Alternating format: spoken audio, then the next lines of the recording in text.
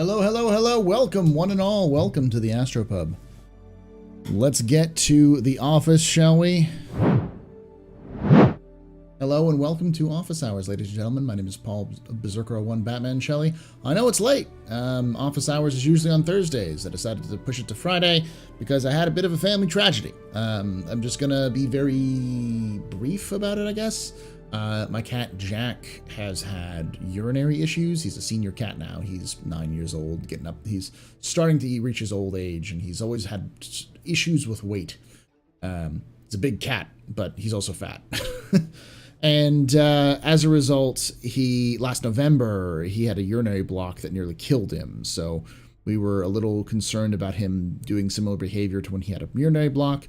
We brought him into the vet. The vet was like, yep, it's another urinary block. And they're like, it's up to you. We have a surgery that can work. It'll possibly have him contract more UTIs, but it will stop the blockages. And so we decided that this to happen. So we got a lot of work to take care of him for now. But that's the reason why I wasn't able to do it yesterday. And I'll keep you up to date as we can. So you should be able to hear me. Yeah.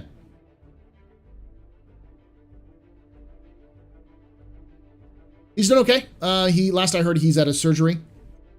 Jack's at a surgery, and he is feeling good because he's high on pain meds. They're just gonna keep him overnight to make sure there's no bleeding or other issues, and they're going to.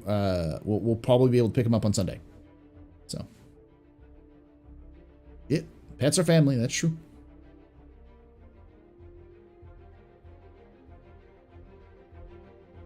So today we're going to talk about a couple of different topics. We're going to talk about the MISC Expanse. Oh yeah, by the way, for Office Hours. For those of you who don't know what an Office Hours is, if you're just confused to what this is a live stream. So this is where I stream to Twitch and to YouTube at the same time.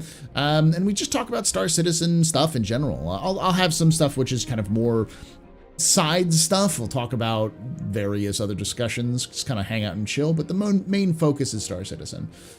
Star Citizen lore, Star Citizen news, gameplay, whatever. It's usually about an hour to 2 hours. The goal is 2 hours, but it's been going 3 hours. So it depends on, what people are talking. And today we will be talking about three things. Number one, before we get to the MISC Expanse, we're going to talk a little bit about the CIG legal thing, which was sprung on us suddenly. I have a general idea of what's going on with that. So it's important for us to talk about that because I know a lot of people are panicking about it, especially as it relates to Galactic Historian, because of some things that were mentioned in that. I will explain my point, and I will also explain that even if worst case scenario something happens, I'm not worried because CIG is kind of in the wrong with that. And we'll explain in a moment. I mean, I'm not a lawyer, but obviously, but based off of everything I have had to do a lot of crash courses in how legal operations work with things like content creation. And based off of my experience, I think CIG has kind of stuck their foot in dog poo. But there's other issues beyond that. It's just a tiny one. And it's not going to be enforced the way the people are thinking it is anyways. The other thing we're going to talk about is the Expanse, how everyone is surprised that it's so small. We'll take a look at it. We'll take a look at, talk a little bit about what it's good for, what it's designed to do. I think it's pretty straightforward, but it's always good to review a new ship. And then we're going to talk about the Squadron 42 monthly report, which came out Wednesday. It came out last Wednesday, but it's going to the latest version came out like everybody else this Wednesday. So we'll kind of cover that. Well, thank you, Uri. Happy Friday to you too, friendly industry. Time flies, you're having fun. Yeah, Office Hours all night of 24 hours straight. No. Yay, legal questions. I am not a lawyer. I'm sure there are lawyers in the chat, and if you are, please tell me if I'm an idiot, because I know what the answer is going to be. If I ask a question, your response is going to be, it depends. Because law is weird. Glad your kitty's better. Had a dog pass from cancer in February, so I know it can be rough. I'm glad his surgery went well. Yeah, Jack's a tough guy. He'll be fine. I think he'll probably. He's 9 years old. And for anybody who knows cats, once cats reach around that age, between 9 and 10 years old, that's when they start hitting their senior years, and very few house cats live beyond 12, 13 years old. I think the average is between, say, 12 and 15, and is the lifespan. And then if a cat gets up like 17 years, they're pretty elderly.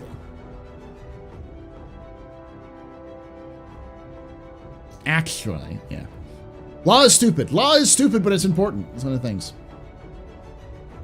Yeah, you missed. Did I miss something with legal issues? We'll talk about it, because there's something that's been going around the Star Citizen community as people have been like, content creators talk about it. We'll talk about it here in a moment. But before we get to that stuff, let's get to. And by the way, is the volume okay with everything? Is it too loud, too soft? Just wanted to check.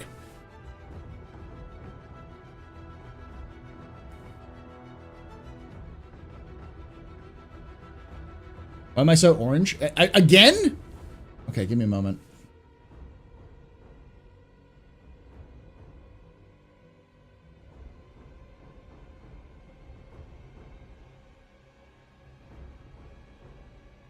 Better?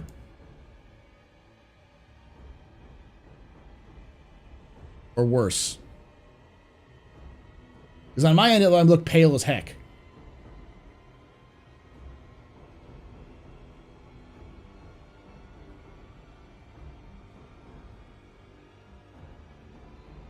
Okay.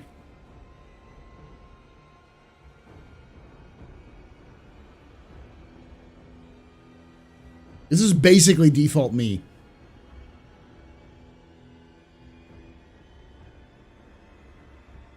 You double check my filters real quick. My chroma key.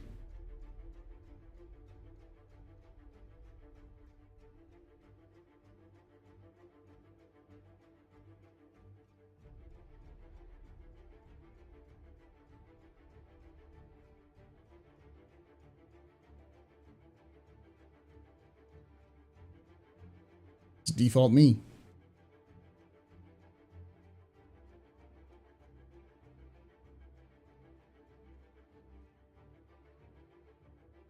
This is literally everything, just that kind of stuff.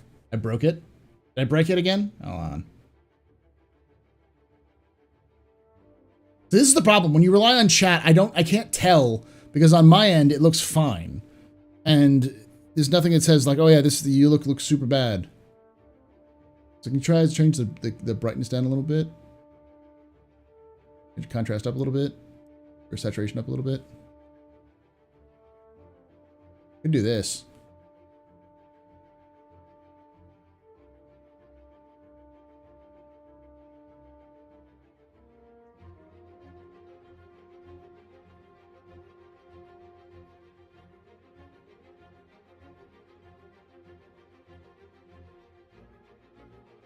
Let me try this. This is probably probably better.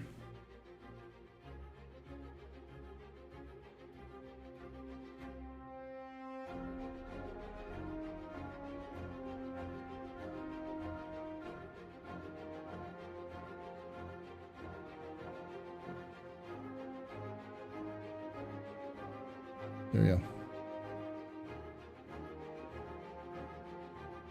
Nah.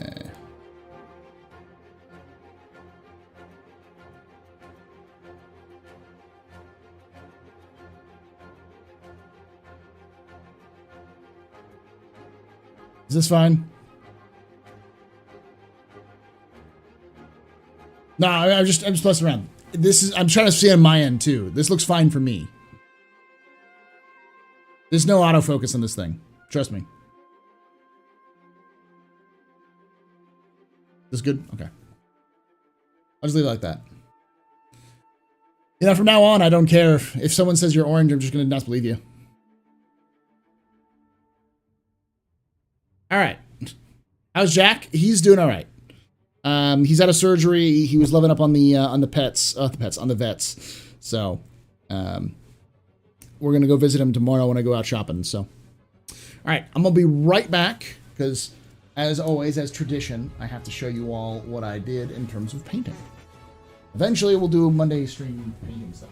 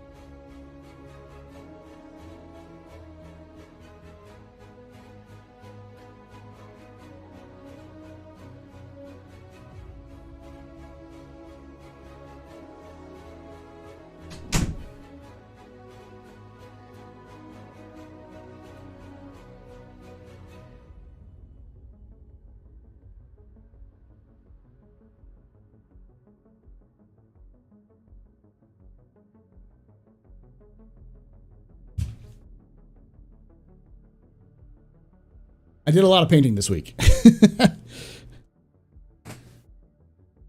Yeah. So I'll go from the most basic to big. So those of you who don't know, if you're just watching this as a thing, I do a lot of miniature painting. It's kind of a hobby I do. I've done some Star Citizen stuff, and I've been trying to incorporate a little bit more into my content. It says, hey, I want to show off what I did because I think it's pretty cool, and I want to encourage other people to do it as well. So, someone was stress pacing? Yes, someone was.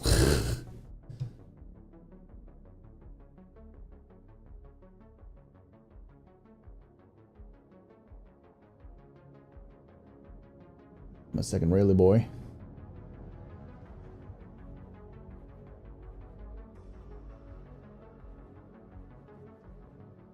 And I got 2 of these boys.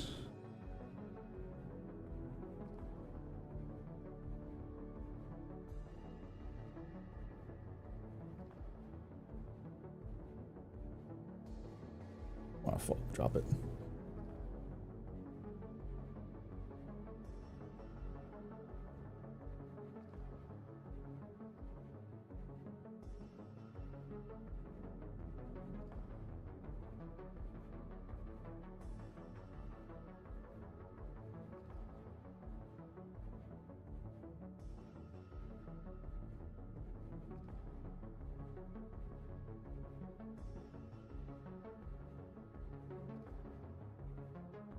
These are the crisis suits. First one's a broadside. Oop. I also painted a bunch of weapons, so I can make them sort of swap out with the magnets. What do they come? So they don't come painted at all. These are Tau from Warhammer 40k. They do a lot of battle suits and stuff like that. They come unassembled on a sprue and plastic, and you have to assemble them. Base them and paint them yourself, and you can paint them however you like. There's some suggestions, and they have some like guides you can follow, but you can basically paint them whatever you want. And there's a whole tabletop game that I play as well that's associated with it. So airbrush, nope, regular old brushes. Don't want an airbrush.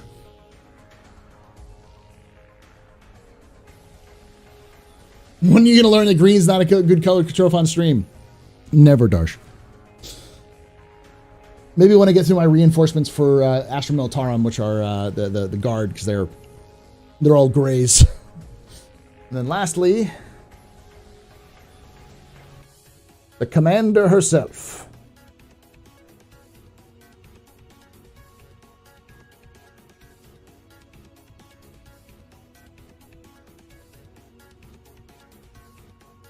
Cool part about this is the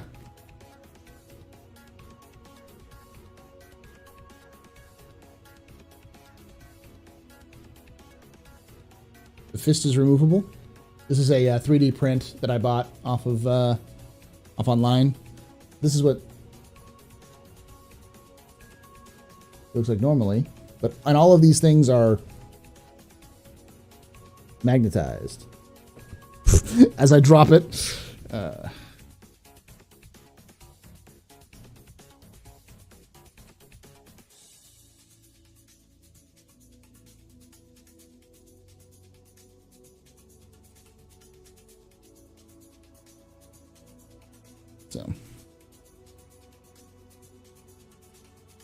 the only one that's not magnetized is the fist, but the fist is like friction fit inside of it, so.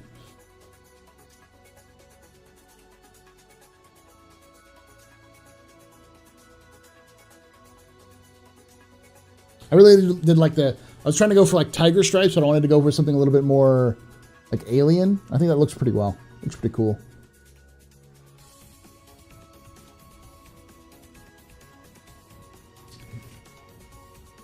Fiction fit that fist inside it. Yeah, baby. Fiction fit fists. So, poorly magnetized, but still magnetized. It's not poorly magnetized. It's just very specifically magnetized.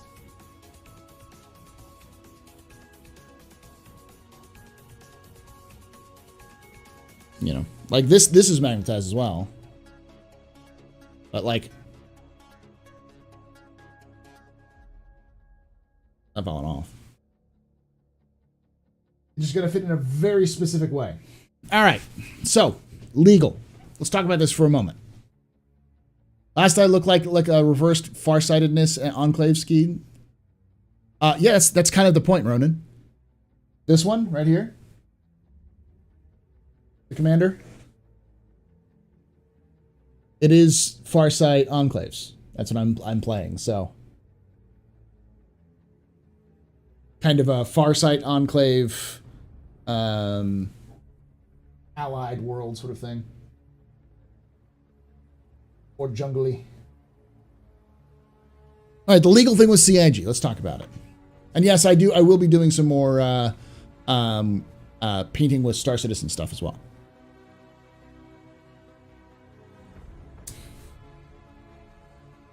Does refined ore take up less space than raw ore? Probably, because raw ore isn't just raw ore. It also has excess, and likely will take up extra space because you're burning off or refining impurities off of the ore. So I'd imagine that for every certain amount of raw ore, you're going to get, you know, a small percentage of that back as refined ore. Tailgater, you love me for how I look like too, buddy. I know you do. Because I'm sexy.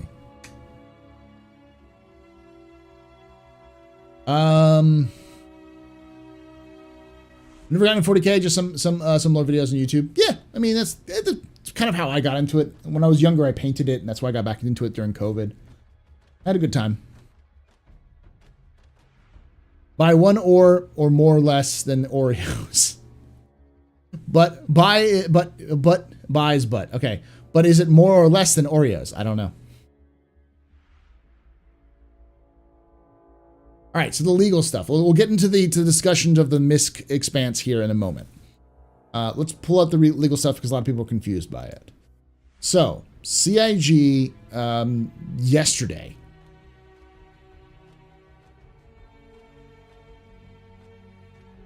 made this post. And it got people really confused.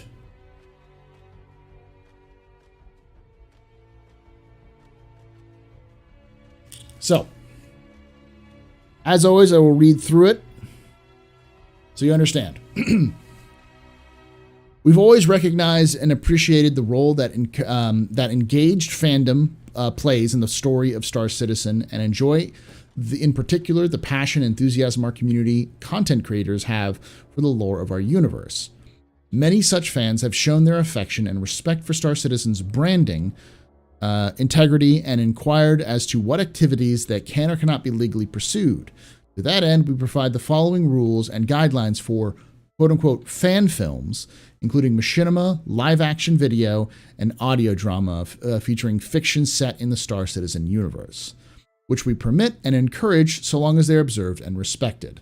So, what this is saying is that these are guidelines for fiction set in the Star Citizen universe, which is not unusual. It's actually pretty open comparatively to most IPs.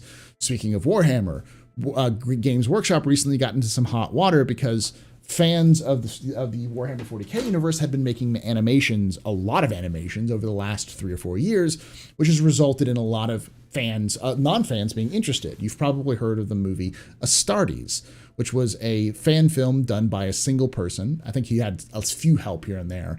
It's all 3D animated, and it is considered probably one of the best fan films of all time, just based off of watching it, how good it is. And I think it alone has probably converted more people to playing 40K than anything else. It's a great example of how fans can be your best advertisers, and CIG has recognized that.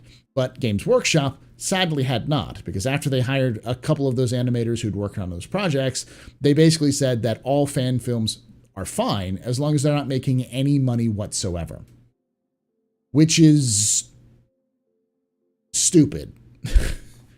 Because, as CIG is pointing out, with this, they don't really mind as long as you're not making it exclusive.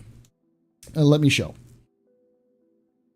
So, Here are the policies set forward if you want to make a fan film. Now, it's important to also remember that this is a fan film, not content creation. What I'm doing right now is content creation, not fan film. This is not a fictional, in the fiction universe. This is not a story set in the universe. This is not a whatever. This is just me covering the game, talking about the game, which is a separate set of legal restrictions, which is one of those people that that's the big thing that people got confused about. CIG has a separate rule set for people like me. This is only for people who are making fan films set in the fictional universe of Star Citizen. Fan films, audio dramas, animations, that kind of thing. So, these are some of these things. Disclaimer: any work of fiction using the Star Citizen universe as its setting, whether in whole or in part, must display and or recite the following disclaimer prominently within its on-screen credits, introduction, and on any marketing or promotional material, including the hosting page, production website, and description accompanying the content itself, whether on social media, streaming page, video channel, or otherwise. This is a non-profit, a non-commercial fan production. Star Citizen Squadron 42 and all related marks, logos, and characters are solely owned by Cloud Imperium Games, LLC, and or Cloud Imperium Rights, Ltd. This fan production is not endorsed by, sponsored by, or affiliated with Cloud Imperium Group. No commercial exploitation, exhibition, or distribution is permitted. No alleged independent rights may be asserted against Cloud Imperium or its affiliates. This is pretty standard that says, yeah, you're fine to make content in our universe as long as you're not claiming the rights to this universe. Like, just because you make, a machinima about, a bounty hunter chasing after somebody in the Star Citizen universe doesn't mean you have the rights to that film because you're using a universe that you don't own. That's it right there.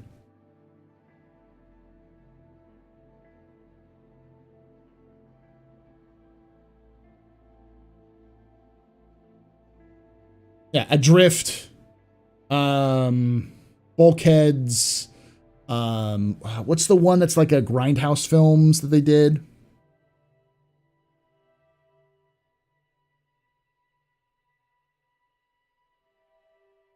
I'm not space legal, but you nailed it, Paul. Well, I mean, it's pretty clear. It's not like rocket science. This is the concept. So this is a great way of basically what CIG said, and a lot of people are freaking out about it, but this answer is CIG says, you can do what the fuck you want. Make your fan films. You don't need our permission.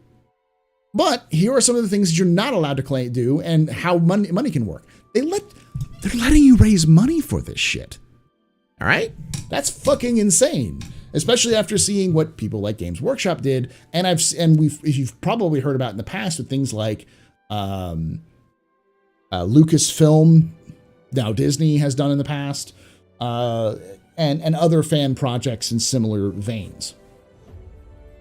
Okay, disallowed terms and claims. Fan productions may not be promoted or described in any writing or as official, genuine, licensed, or endorsed, nor may other language imply any sponsorship, endorsement, or affiliation between Cloud Imperium Group and the fan production. You cannot say this is official in any way, shape, or form.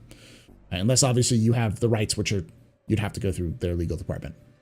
Funding. Cloud Imperium Games does not object to limited fundraising for the costs and or expenses of a fan production, as long as the total amount net of any and all platform fees does not exceed $50,000. All fundraising must cease thereafter. All fan productions involving the same creator, participants, or are otherwise clearly related in one or another in name, story, characters, or shared common content are considered a single fan production for the purposes of funding. Basically, you can raise up to $50,000 to make a fan film. And if you decide you're going to make a series of fan films, you cannot raise more than $50,000. So if you have a Patreon, you can't raise more than $50K. But you can raise $50K for a fan film.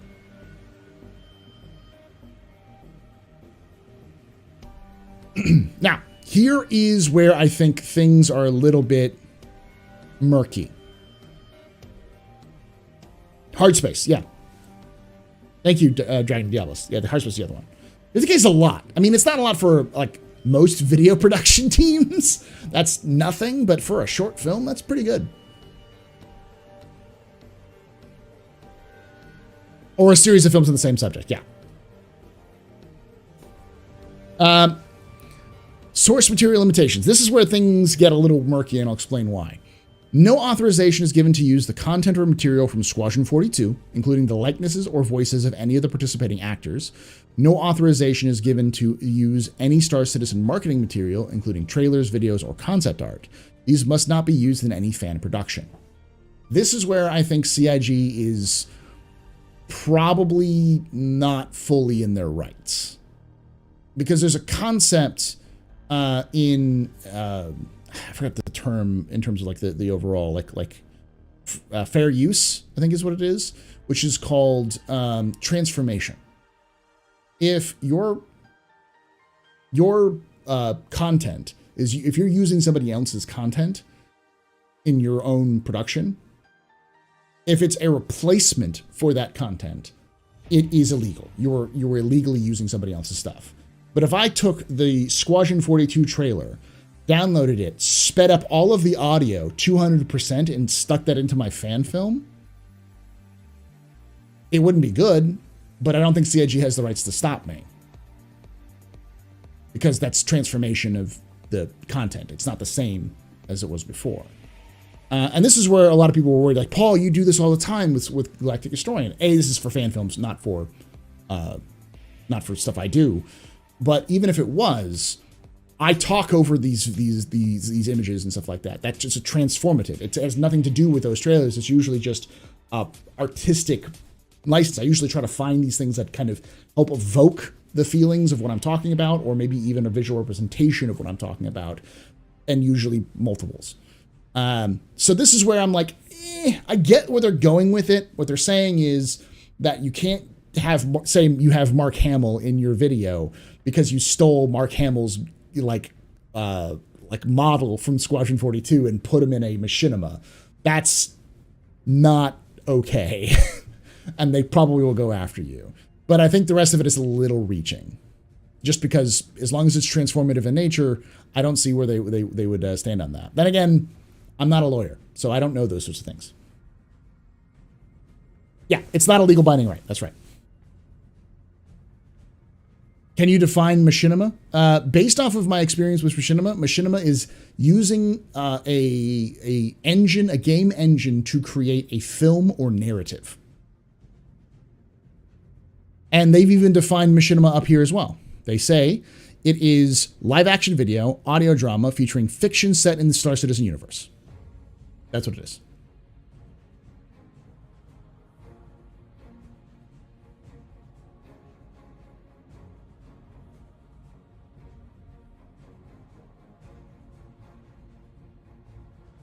Once Squadron 42 is out, I'm sure people who have data mined the shit out of the game will get their hands on Mark Hamill's model. Yes. Yes, which is another reason why they're putting this up there now, because they don't want to get in trouble with Mark Hamill's agent or Mark Hamill. So I create an in-game radio station and similar stuff, so they're okay with that. Plus, I do not use any CIG's trailers, etc. Exactly. If you're using in-game content, they have no problem with that. It's just their marketing materials or concept art. So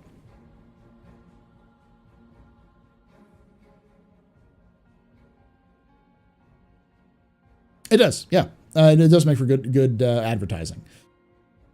Which is why I don't think CIG is really going to attack anybody. I think they're just going to be wary about certain people if they're not doing it within good faith. Generally speaking, my interactions with CIG Legal is very... they don't want to hurt fans. They want to encourage fans because the legal department, or at least one of them, is a fan. So he gets the toast, who gets why people want to make this content. And people have been doing stuff like this for over 10 years now, probably close to 15. And it's free marketing. Like you can't passionate fans making content that's good or even passable is amazing, and people will watch it and people will enjoy it and it'll promote it. If if Adrift gets really, really good in terms of like its production quality, if they're getting like if it gets really like it's just a good story, it could do something like an Astartes where it'll bring people into the game who've never heard of this game before and then get involved in it. Yeah, and as long as you are not claiming you are CIG, you're fine. Like I never go out and claim that I'm CIG's narrative team. I say that I'm a fan because I am. And that's why if you look at all of my content, it always says made by the community as a logo, which is something you can download and use. So, but the problem is with all of this is legally everything's in a gray zone because everything we do, the thing I'm doing right now is technically not allowed. Streaming as a whole, content from other games or I don't have the license to do that. So that's why we're kind of in a weird gray zone. So that's why it's a little but. So this is the other part. No revenue. Fan productions may not be paywalled. No subscriptions, admissions, or other fee to view or enjoy the work may be charged. This basically means that you cannot charge a ticket for someone to go see your film. And I think it's something similar in the content creation. You can't charge someone money so that they can see your content with the game. Fan productions may not be used to obtain revenue through distribution or exhibition. Can't sell tickets, with the exception of advertising revenue on the video sharing or streaming platforms, which we can make advertising revenue through YouTube. Fan productions may not be used to obtain revenue or funding through the sales of goods or services, including merchandise, licensed or otherwise, product placement, or in-bed advertising. You just can't put stuff in the video which is advertising specifically, like that kind of thing. Now that's all a little bit of, iffy, but the gist is don't charge people, don't content gate your stuff. You can't content gate your stuff. You can't sublease your content. As long as you're doing normal streaming and YouTube content, even Patreon is fine. As long as you don't say the film is going to be only on Patreon. Only my content, only people who have Patreon can watch this content. Because stuff even I do. All of my videos that are on Patreon will eventually be free. And I think I've only have one video that spent an extensive amount of time in Patreon. And that's just because I thought Nine Tails. No, it was which was it? What was it? I thought that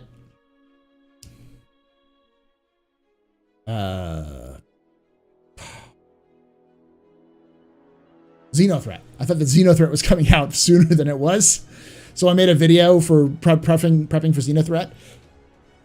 And it didn't release. Xenothreat didn't release. So I was like, whatever. I already finished the video. So I tossed the video onto Patreon for people to see. And then when Xenothreat did release in like February, I released it to everybody else. But it was eventually free for everyone. So like you don't have to watch that content. And that kind of stuff, as far as I can tell, is all right. Because even like Adrift has Patreon, so and this should be fun with it. Third-party content. Cloud Imperium cannot provide or obtain permission for any fan production to use third-party content. The fan production is responsible for obtaining any and all legal permissions or licenses for third-party content used or included. You can't use music which is in Star Citizen that has nothing to do with, like if there's a music, and there are some music in like trailers and stuff like that, which are licensed music that they bought a license for, which I found out by playing it here on Office Hours before, where it got demonetized. It got claimed because of that. It's like, CIG buys licensed music. So if you're ever going to be doing like reaction videos to like trailers or have those trailers, mute the audio. You should be doing anyways. But you're responsible for your own licensing for that. No commercial use. These rules and guidelines do not create or grant any implication or explicit right to use Star Citizen Squadron 42 content for any commercial purpose. You can't just turn around and sell this as your own, content, your own game. The fan production must not contain any material or content that would violate Roberts Space Industries' terms of service or end user agreement. And creators of fan productions must not seek to register their works nor any elements of works under copyright or trademark law.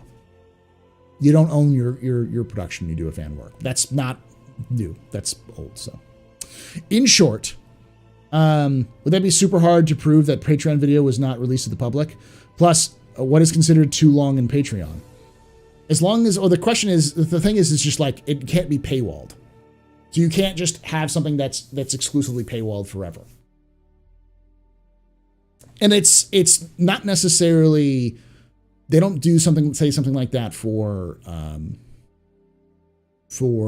the purpose of that isn't that they're going to sniff into everyone's Patreon. The purpose of that is that if they find someone is egregiously violating this in some way, shape, or form, and someone complains, they can get their legal teams on it.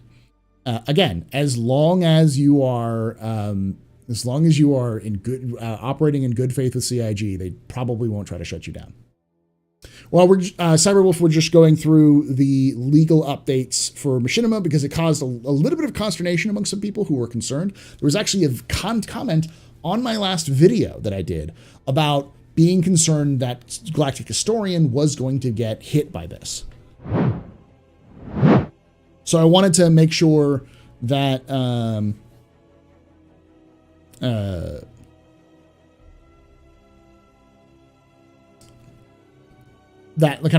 covered this, that none of this, unless I'm making a machinima, which I'm not, none of this applies to me. I mean, I do plan on doing a kind of in fiction, like travel show, which talks about the history of the Star Citizen, but I don't plan on using media or materials from advertising or anything else like that. It's just going to be what's in the game, and that's the whole point. Is you're walking around looking at stuff of a travel show. You're walking around looking at stuff that's where you are, and talk a little bit about the history and stuff like that.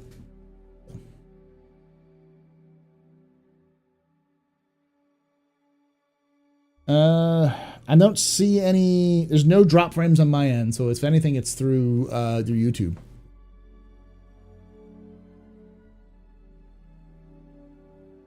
Yeah, it's true. But I don't plan on making like extensive machinima. It's too much work for not enough payoff. Another Jumptown documentary. Jumptown documentary is, I would say, different. And even then, I don't think I used any official screenshots or any marketing material in the Jumptown documentary. It was all fan content. Because the weird loophole about this as well, and I'll explain a little bit of other funky things which are kind of weird about this, the way I read it. But one of the loopholes is you can't use in-game adverts like adverts from marketing materials. But those materials are in-game. Advertisements for ships are in-game. You can see them on monitors. So how is CIG going to police that? Oh, will you use this advertiser? Yeah, well, it's on the screen in the bar here. I can use it, right? If I can use anything in the game, then that's it. If someone takes a screenshot using the game, that's not official marketing materials. That's a fan doing a screenshot. I could use that in that production as well because it's not official marketing materials. Again, I'm getting into the weeds about this. CIG doesn't really care about it. They just don't want you to use like licensed stuff that they don't own, like the license, like the likeness of celebrities they've used. I wonder if we're good on using the ship images along with the waifus, though. I mean, I guess those are screenshots. Yeah, they're screenshots. And they're going to be out for free every month. It's not something I'm putting behind a paywall. They're just first to Patreons. All right. So with that out of the way, hopefully that clears up any questions or concerns about that. Does anybody have anything? And I'm sure there's some lawyer in chat or some lawyer in the comments being like, Paul, I have spent so long in law school just so I can say, you're wrong. I've lived for this moment, Paul, to destroy your dreams. But based off of my, albeit limited knowledge and my own read, this is fine. I wouldn't worry about it for me. I wouldn't worry about for fan creations. In fact, it's actually kind of good for fan creations because they're bending over backwards to make sure that people have effectively not a license, but permission, which goes a lot longer and a lot better than most content out there. Most people like to leave, like most companies will leave this as a gray zone at best, or actively hunt down and stop this stuff. Astro Dream. Well, I see a Star Citizen bar guide tour video. Oh yeah, I'm definitely going to do that. I'm definitely going to do an in-fiction like tour of all of the bars of Stanton at some point. Paul, you are mostly completely right in what you said about 99.9%. That 0.01% is, or 0.1% is likely because there's something can always happen. In the legal world, anything is possible. CIG could still be a bunch of tools and attack their content creators. They won't because they're not dumb. And many of them were probably even watching this video right now. There could be even legal watching this video because I don't know, because they just want to. Hi. But I understand the intent, and based off of the readings, like that stuff, they're covering their butt to make sure that anybody who decides to be a bad actor in this situation, they have the tools to assess that situation, while also going out of their way to make sure that fans have tools themselves and have legal coverage so that they aren't. So they're basically saying these are the limitations. Feel free to do it and work along these limitations, which is pretty cool. Well, I see this is CIG protecting their intellectual property, and something in the gray area will be allowed to let slide unless it's direct competition with the revenue streams. Basically, yeah.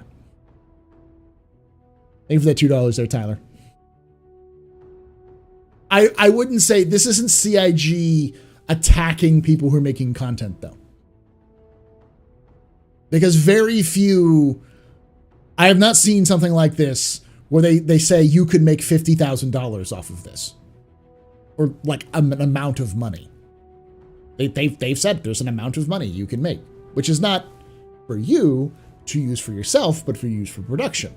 Now, obviously, a production is going to have to hire actors, directors, writers, editors, special effects people. So you have to pay those people for their work. So if you're a production team, often you're paying for labor, you're making money. I mean, $50,000 is a lot of money. It's not a lot of money for like a production of like even 7 people.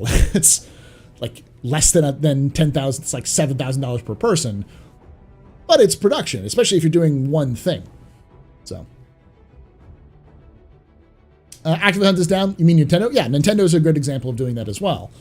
Games Workshop has done it. Nintendo's done it. LucasArts has done it in the past. I want to say there's another company that does that. LucasArts did it with Star Wars.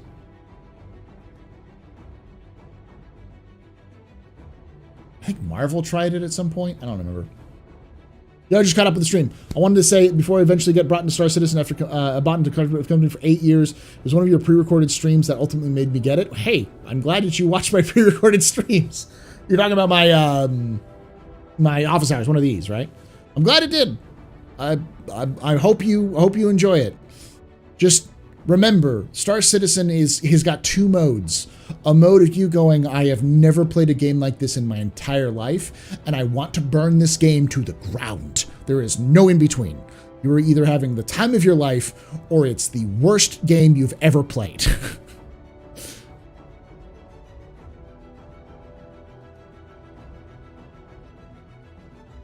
Yeah, that was it. Star Trek. That was in the Star Trek. Axanar, yeah.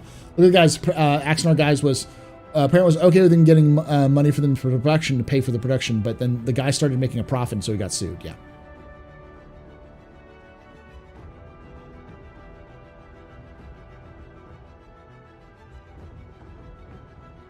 I was looking at videos about it, if it was worth it or not, and I found that video. You've enjoyed quite a lot and met a lot of good people to play with it. Nice. Well, enjoy it. Welcome to the community. Hopefully you enjoy it. I have Axanar. And you can join the PTU and have the time of your life hating the worst game. That's a great way of putting it too, yeah. Both things happen at about the same time. That's true, yeah.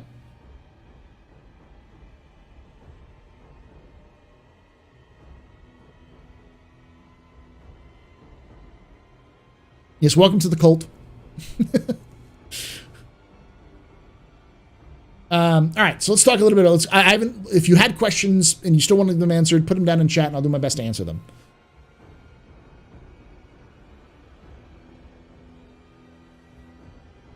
I know, Evergame. You're new-ish. I've seen you in the past. You're like in the last couple of a little bit. The minimum studio sees a profit in any even $1, you can get in trouble. Yeah.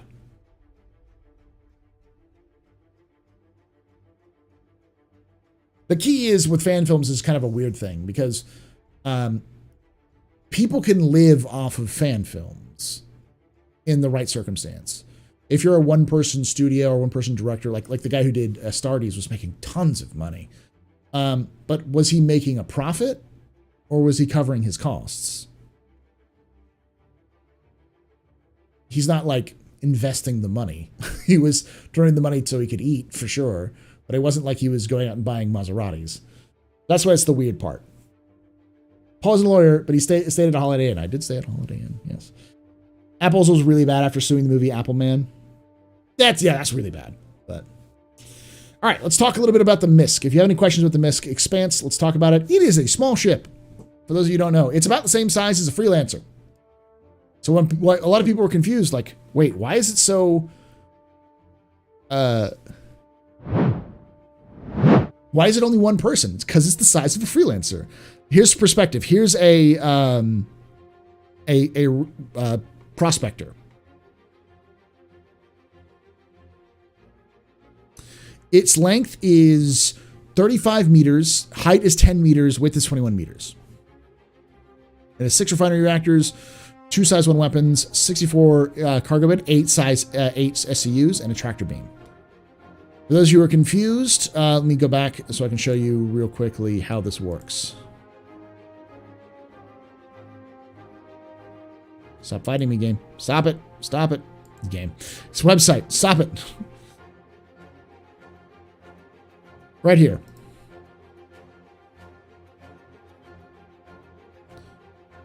That is how it seems to work. What it seems to work by is it has a tractor beam which pulls in the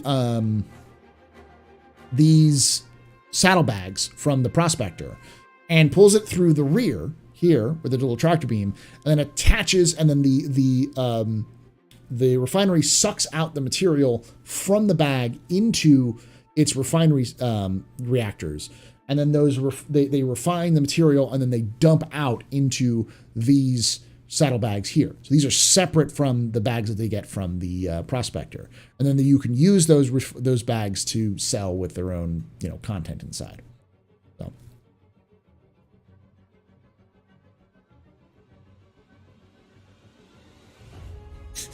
Oh, he used the concept. CIG hit squad en route. FBI, open up.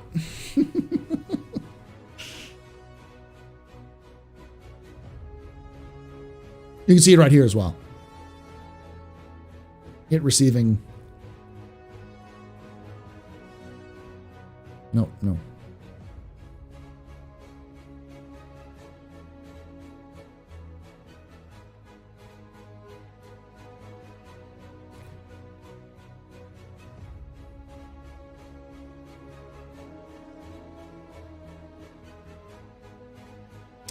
It's also standalone. This is the War Bond. It's $135, and for regular, it's $150, which is not bad.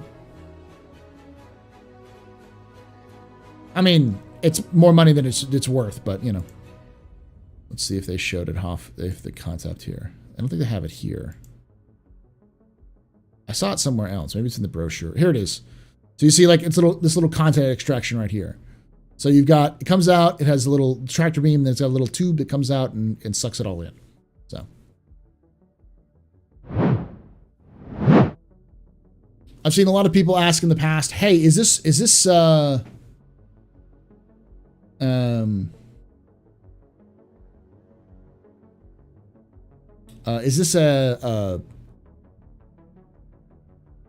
a good ship for a solo player? And the answer is probably no. Hello, 07 Astropub. We have the Rust Society for Truckers. Is there an organization for miners? Yes, actually. OWU, I want to say. Look it up.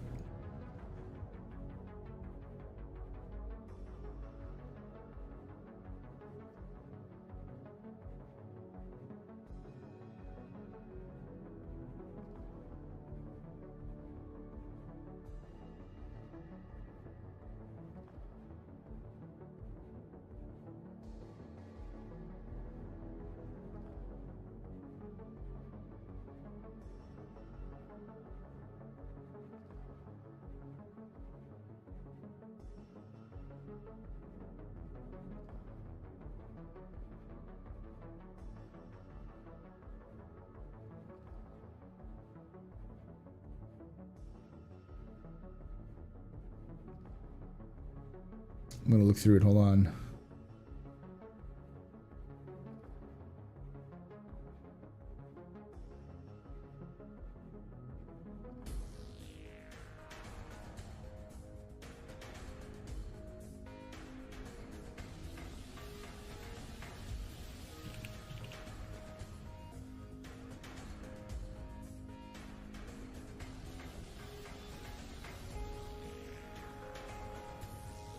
I can't find it, but there is a company called GHC. Well, I mean, yes, but I mean like an in-game, and he's talking about an in-fiction universe, kind of equivalent of the Rust Society. And the answer is yes. It's like Interstellar Resources Workers Guild or something like that.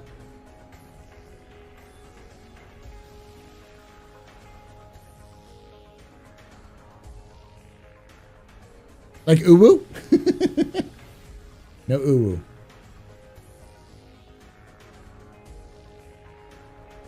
I was very happy to see the price point was expecting 200 plus. Hope for 115. We got 135. Yeah.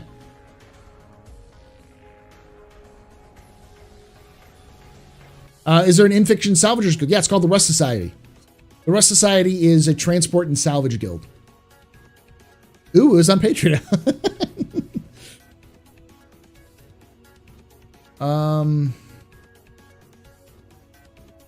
You know what? I know what to do. Go to Star Citizen Wiki. Go to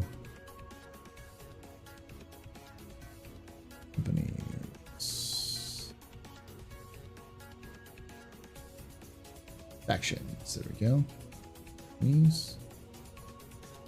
I know it starts with an O.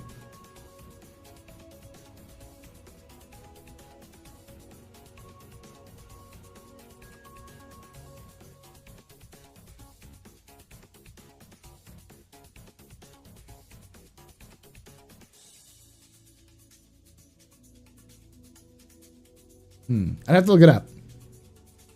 I remember seeing it because the old hall in Terra in New Austin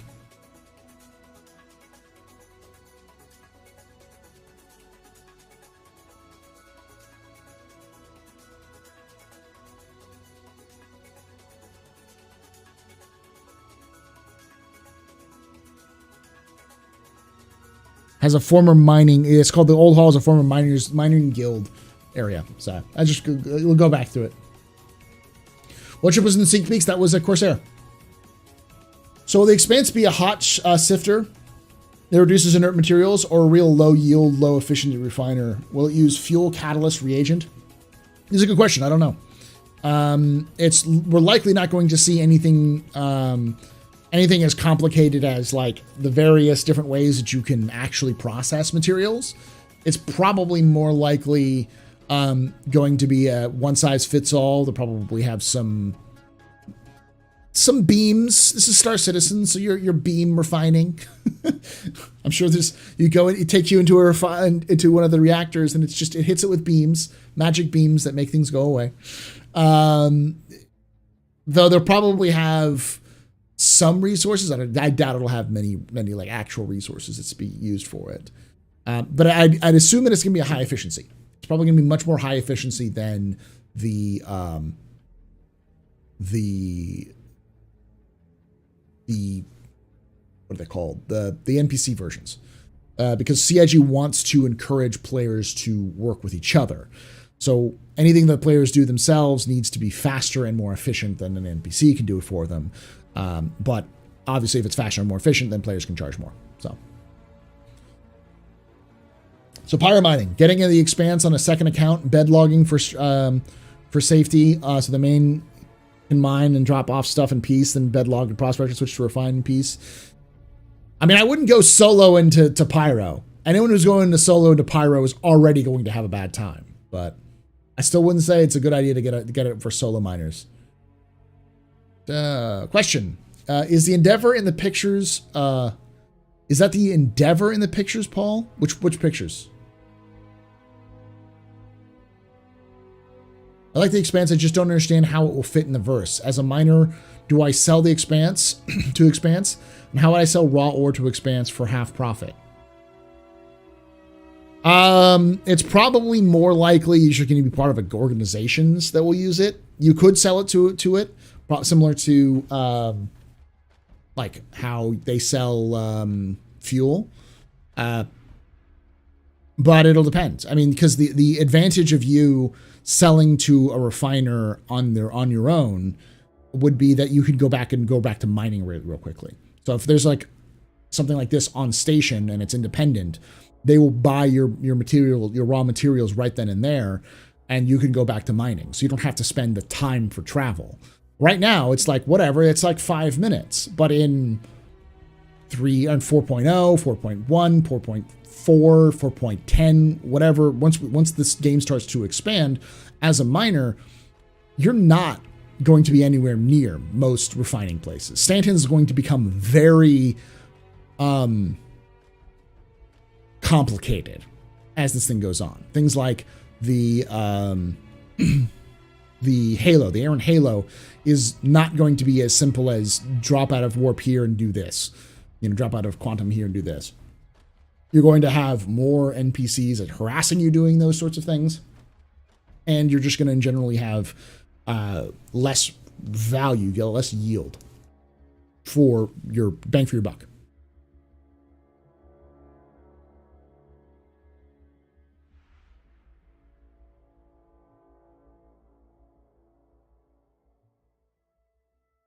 Question: in theory, how long would it take from Stanton to get from Stanton to the other side of the known system? Oh, in Stanton? Like from one side to the other? In fiction or in reality? Because in reality, it takes like 20, 30 minutes. In fiction, I think it would be a couple of days at most, maybe a day. It's a very small system. The system, Stanton itself is 4 AU, which is about the distance between the sun and the Earth. No, the sun and the Earth is 1 AU. Right? Yeah, because it's the difference between the sun and the Earth is 1 AU. So it's slightly more than Mars, I think. It is tiny. Did Logan raid me and I didn't see it? That probably what happened. He's just hanging out. That's cool. I always feel bad when I see people raiding and I'm like, ah! True man solo pyro. I will die with my dignity in pyro. Baba's first system. Yes, it's Baba's first system. It's tiny. The pyro itself is huge.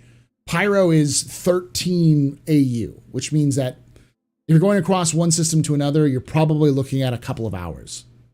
I think, or at least 3 times what you have now. So if it's 20 minutes to get from one side of Stanton to the other, then to get from one side of pyro to the other, you're probably looking at an hour and a half.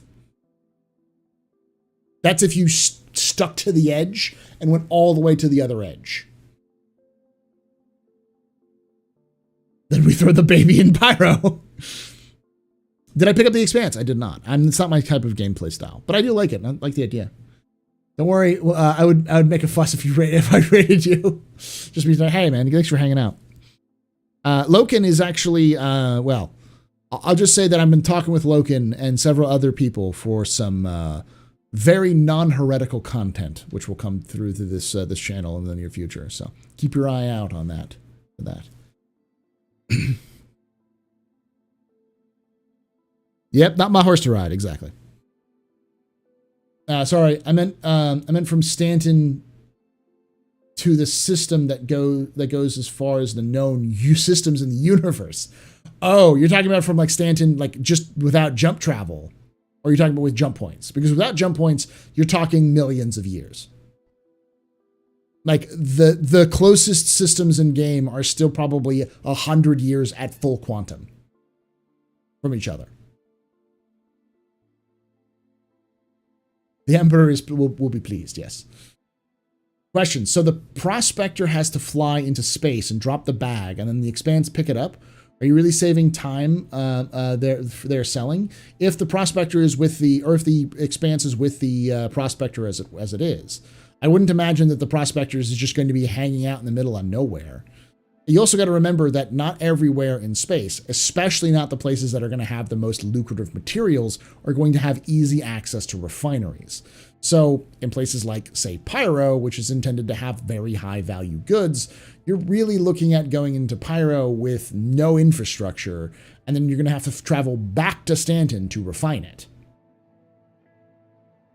Hence the reason why the Starfarer was put into place. Hence the reason why the Liberator is being made. And hence the reason why the Expanse is being created. These are all designed for places that have no infrastructure. You are spoiled right now. You have lots and lots of infrastructure. I read the lore. I look at the game. I know there's shit all everywhere else. You have 15 at most systems out of the 100+ systems CIG is planning to put in that have extensive infrastructure. The rest are minor infrastructures, maybe a handful of stations, to zero infrastructure. You really fall off pretty quickly once you start getting outside of the major trade lanes. And as a result, the places that are going to have the most lucrative profits are going to be the places that are the least settled.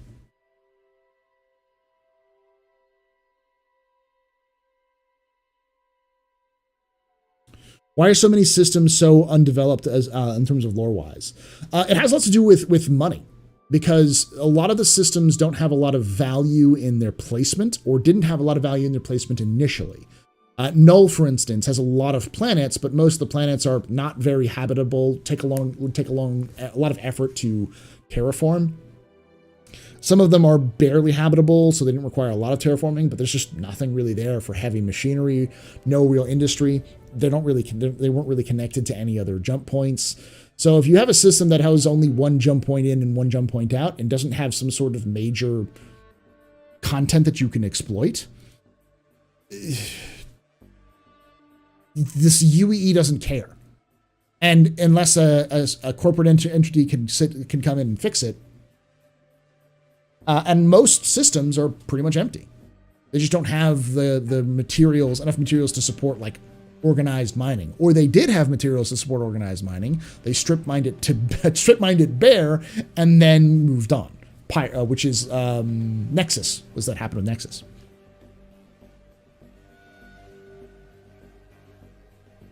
Krakens may become shipping ships. Do you understand now why I've been saying that we need a ferry ship? We need a ship that is like a ro-ro ferry, where you can drive your like a ro-ro ferry, you drive in your car, you park in your car, you go out and go to a little snack bar upstairs, you can sit down, then it takes you across like a bay or like a sea. You go to the other side, you drive off, and you move on. We need something like that in Star Citizen, just because your fighters are useless in deep space, because they are fuel hungry and they do not have, unless you have the support, you can't go to the infrastructure. The reason why CIG made Stanton was twofold. One, it's very, very developed, and two, it has 4 landing zones, so they can practice a lot of landing zones. So it's a nice starter system. Stanton is actually the perfect starter system because it'll hold your hand for most of it. It's not very big. It doesn't have it has a lot of content in it in terms of developed systems. And it's not too dangerous. As Pyro gets introduced, I think a lot of the criminal elements of Stanton will probably be toned down a little bit, just because they're only there to support players having fun. Washington State Ferry, that's a good example. Which is why the Liberator, I think, is a good step. I think there needs to be a little bit either tweaking of the Liberator or something that's more civilian oriented, but you're going to need something like that. The Kraken is a little bit too epic scale to be a shipper. We actually had a conversation on Discord about the whole series, because in theory, with the right tiny modifications that CIG could make, you could turn the whole series into a small carrier. It depends on how CIG implements things like cargo zones. So. Well, there's a reason why, and I know a lot of people are wondering, like, well, light fighters are super powerful. They're supposed to be.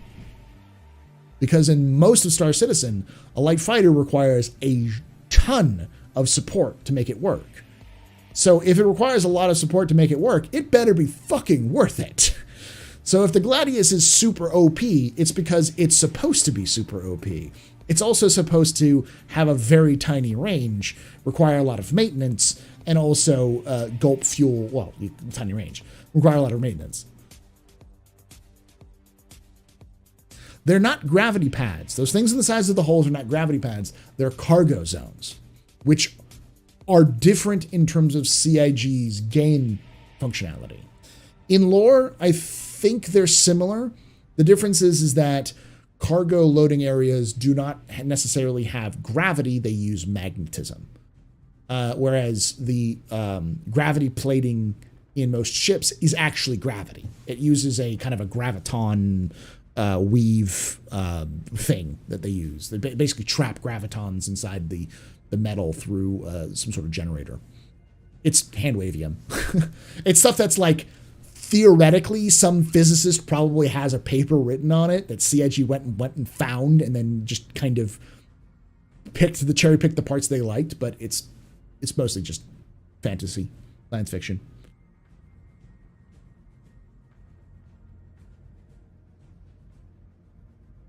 Look at the FA-18, yeah. Something like the Jupiter. Exactly. The Jupiter is a perfect example of that. Yeah, and I remember in the discussion we were having, people were talking about, maglocks. That means you should be able to magnetize like the your ships. And the answer is not necessarily. Maglocks may just not have enough oomph to hold a fighter. Or if it does, it may not have the ability to remag or whatever. The point is that CIG definitely has the ability to do it if they wanted to. The question is, do they want to? I think there's a way of doing it. And wavium, yeah. Rule of cool. I guess this is why the Liberator is so popular, hauling ships. Yes, it's one of the reasons, like I've been talking about this is a problem for over a year now. And when CIG released the Liberator, a lot of people were like, Paul, they made your ferry ship. I'm like, oh, fuck, they did. They fucking listen. What the shit? I believe the CIG said that the whole series were going to be capable of transporting ships. They would effectively just be cargo. The concept, yeah, what CIG said long ago was that their idea was that you'd have to disassemble the ship and put it into the cargo bays. That was very long time ago, before modern Star Citizen has evolved the way it has. So I imagine that CIG will probably revisit that idea. The difference between, say, having a whole C or D that's your maglocking ships to, is you're not refueling those ships. You are definitely not rearming those ships, and you're most definitely not repairing those ships on the exterior of a whole C. So it'll be the definition of a pocket carrier, which would make perfect sense.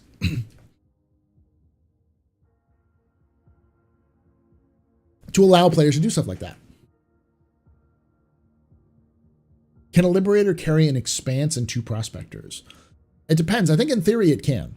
It depends on its clearance. I think it can carry at least an Expanse and 1 Prospector, possibly. Depends on the how wide it is and how tall the landing gear is. Yeah, a whole E worth of arrows would be a horrible thing to come at you. That's true. But you're not rearming those arrows when you're done. You may be able to land back on the pads of the whole E. That's about it. Size of the pad. The pads, I think in theory, the pads should be able to fit something like a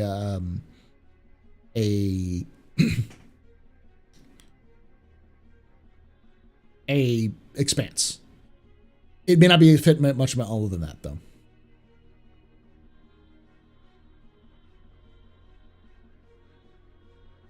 I think I heard Star Jump proves it could. If there's people who have the models and have the sizing, it's Star Jump.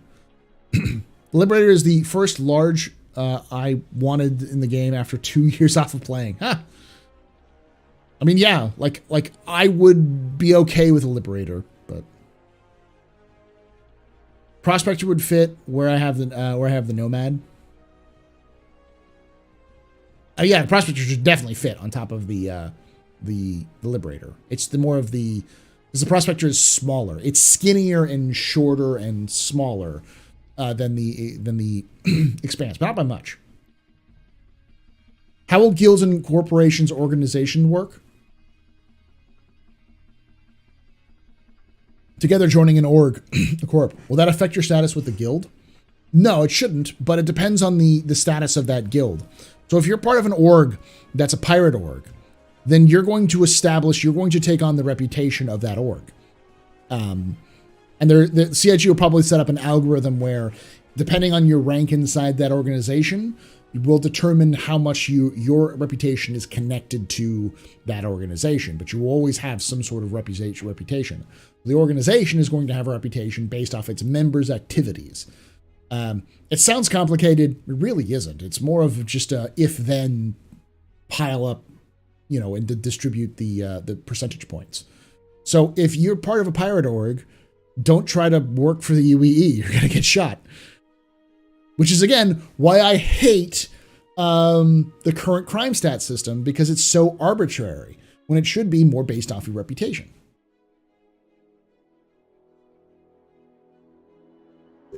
So in my org, role is ship transport. Is your org a cutthroat band of mercenaries or pirates?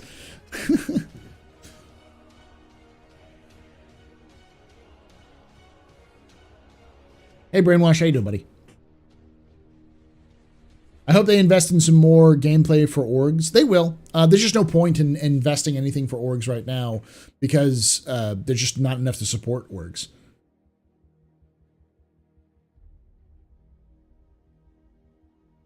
Like, orgs is definitely a end of alpha sort of concern. Post-Squadron sort of concern.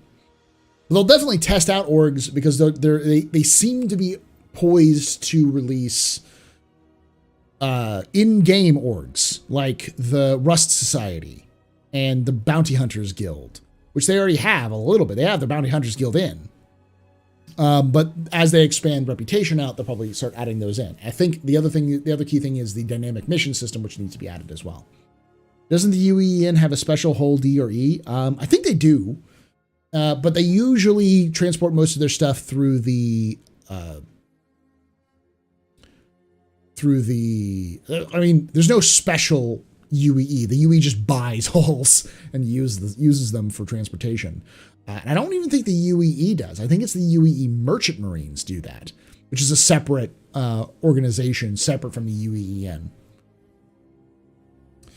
Question, what's the next most important gameplay loop they need to work on? From what they have now?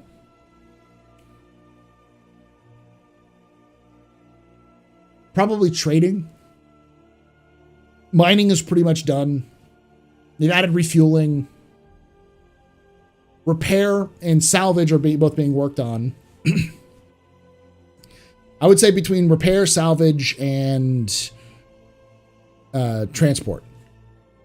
Transport and trade.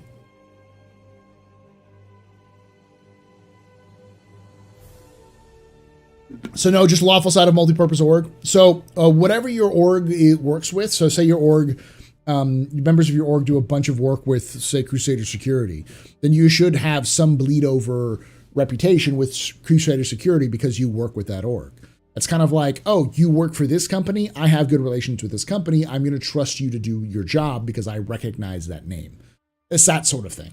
So that's really what will happen with reputations and organizations.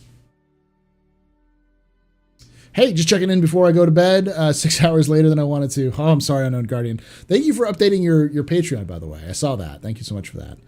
For those of you who don't know, someone reached out to me. I'm not going to say their name necessarily because I think they asked me to be mostly anonymous. From the community who asked, when I mentioned that I was looking for an editor, offered their services. So I have a goal currently so I can get to a good point on Patreon to help pay for an editor, which is I've reached $500 on Patreon. We're currently at $300 at Patreon, just over $300. So here's to hoping. If I get an editor, then I can do I will literally double my content out there, which will allow me to do better, longer, and uncut. Just better quality overall. So, and that's the beginning. I'm hoping to get up to 1,000 on Patreon at some point. But if you want to help out monetarily, that's great to do. If you don't have the money, that's fine. Just watching is fine. If you're watching this on YouTube, liking the video, commenting down below, hitting subscribe, showing these videos to your friends who might be interested in Star Citizen, who are interested in Star Citizen, who your org mates, that kind of stuff, that helps me out a lot too. So, because that spreads the word out, and then that goes to the YouTube algorithm, and then YouTube pays me ad money. So, or if you're on Twitch, subscribe, or just watch, hang out, get your friends to watch. That also gets me money and all sorts of things. So.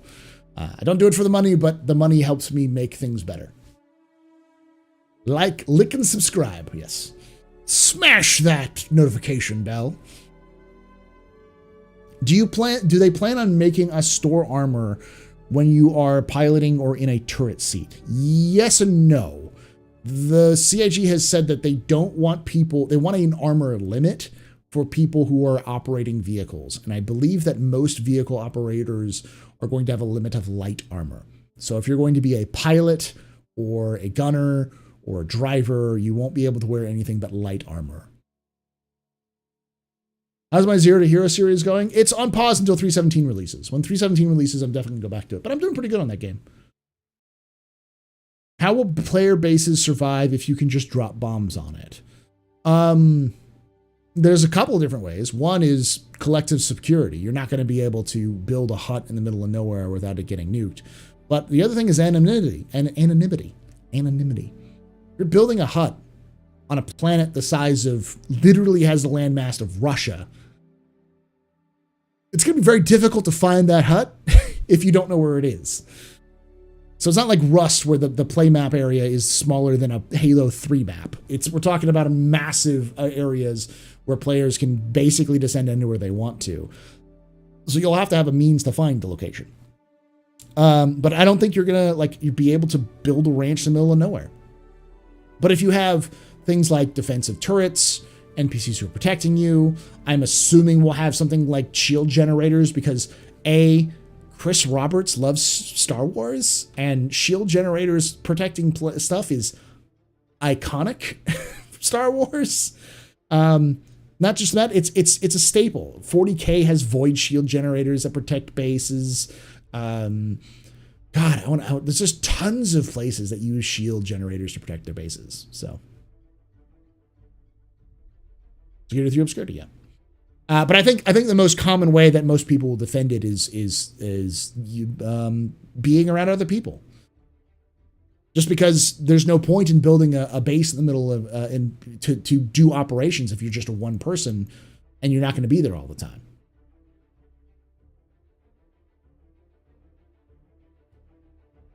You broke your right wrist this week, so I cannot use my mouse. Any ideas what I can do? Learn to use your left hand, maybe?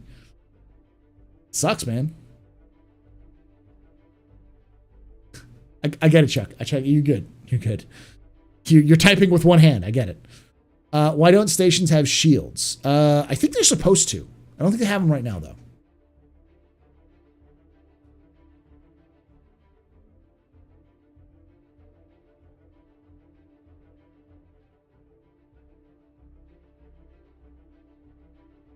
SCF shields for stations would have solved a lot of problems. I think they're waiting on emitters to fix those issues, because I think emitters is the next big step, which they've been putting off.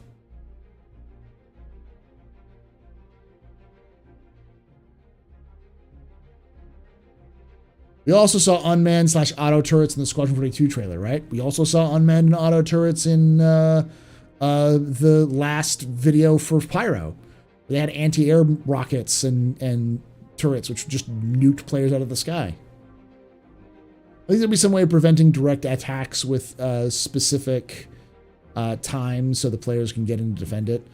I mean, yeah, I don't think you're going to be completely pointless, but there's not going to be like a timer where like you can't attack for this amount. That's not going to happen. If you're SOL, you're SOL, but if you're flying in and dropping a bomb on a place in the middle of nowhere just for the lulz, that's going to be an expensive lull. Any idea if hacking gameplay will be getting worked on soon? Last I saw, it was in at least white box stage of development. Likely it's been put off because it's not in Squadron, or it has no, they're waiting for it to be implemented in Squadron. But no, I'm glad that they did pull back a little bit, because they originally had this idea for a Pac-Man thing, and a bunch of people, myself included, said, that's dumb.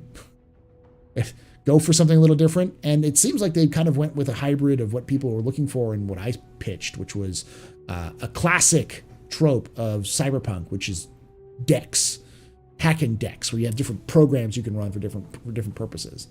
So last we heard, that's something like they're doing, but it's still in kind of that like white box stage. They are killing off pads. Why? With the cargo refactor, how can I load and unload my Carrack? Would this be tier 2 or tier house the module soon? So here's the important thing to remember. This is something we actually looked at before Captain's Table.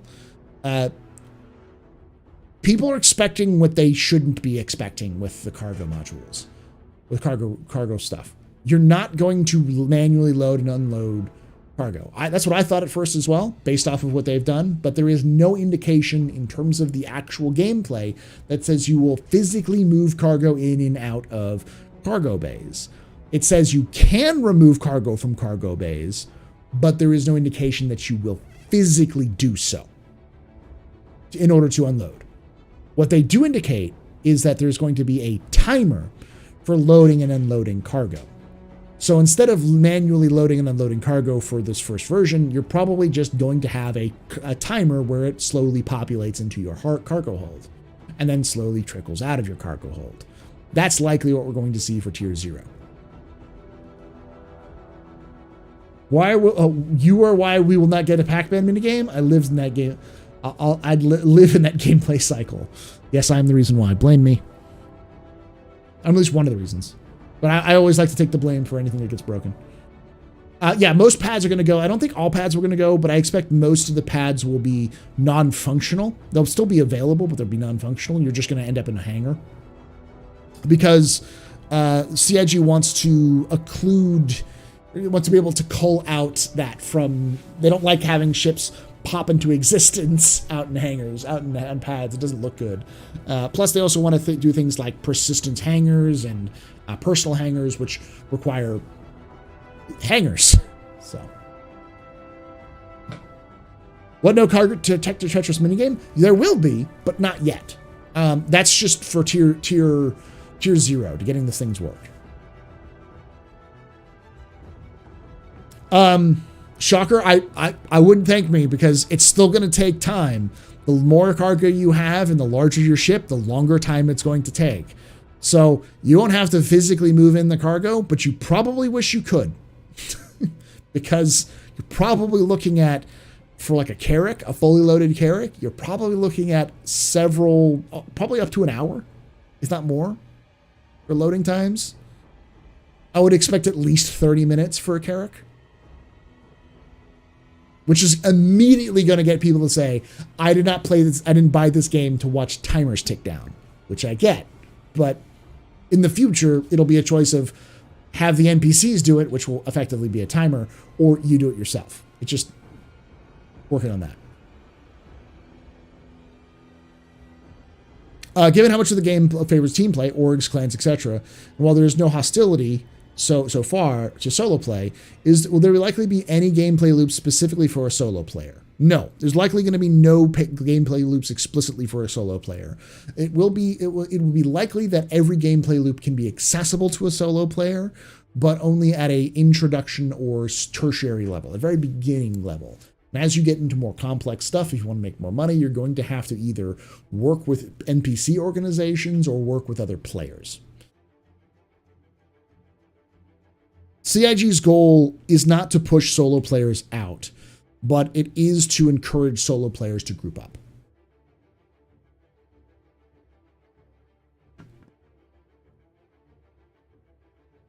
Yeah, the longer stuff will probably be mitigated, but it's important to understand that the reason why they're going to probably go with longer timers and then shorten them later is because they want to represent the actual NPCs loading, unloading your ship. In fact, I wouldn't be surprised if the timer is going to be based off of Quanta doing that job. So they'll simulate how long it would take for NPCs to do it, and then they will use that simulation as the timer for how long it will take.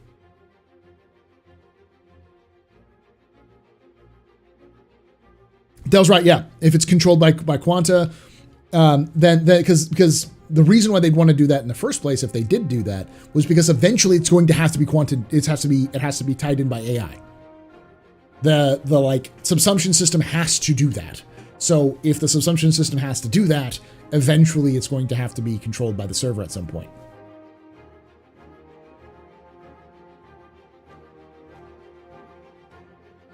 Encouraging teamwork, yeah. It's important to like emphasize that CIG doesn't want to punish solo players. They just don't want to reward solo players. If that makes sense. They're not going to sit there and say, you cannot do this solo. That's not what they're saying. You can do everything solo if you're good enough or you're lucky enough. But it will be incredibly risky to do so. Cargo ships take about 18 hours to load and unload in a large harbor. Yeah, but this is a video game. They're gonna reduce that a little bit. And I assume that what CIG will do in the future is you can either let the NPCs do it, or you can do it yourself, or you can hire people to do it who are players, which will probably be lower timer. I can guarantee you that anything the NPCs do will be longer than what a player is doing. Yeah, instead of 18 hours, it'll be 17 hours.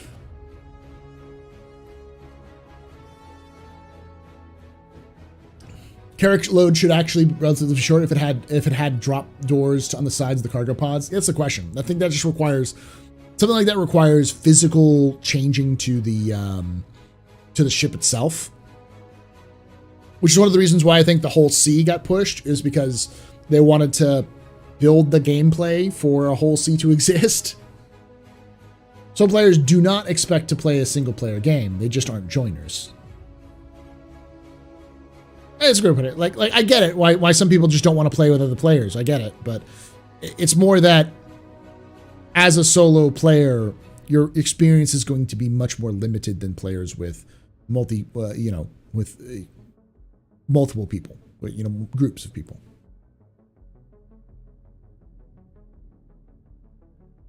Question: in reality, how large could space battles get with all technology in place? It's really hard to tell. We did a captain's table last week with Ray's Guide and the Space Coder, who are both much more technically inclined than I am. They have much more experience. Talking with them, basically hearing what CIG said, doing my own research and talking with them cleared a lot of what I was thinking in my head, like kind of solidified a lot of the ideas. I think end quality, it really depends. It depends on a lot of factors, which is hard to tell. I think CIG could likely comfortably do 100 v 100, probably more like 50 v 50, so about 100 players per server. Because the issue isn't just, is it a player? Like, how many players can we do? Because that's not the issue. The issue isn't players, it's memory. The simulation has to track all of the players in the space in which the fighting is going on, and then also send that information back to the servers and to each, or, let's track it and then send it to each player individually, which is complicated. And it also has to track everything else in its periphery, which is the reason why dynamic meshing is important, because dynamic meshing will allow for the shrinking, or spooling up, I should say, of other servers to shrink that space with more servers. Because in theory, this is, again, back of the napkin theory, hopium copium,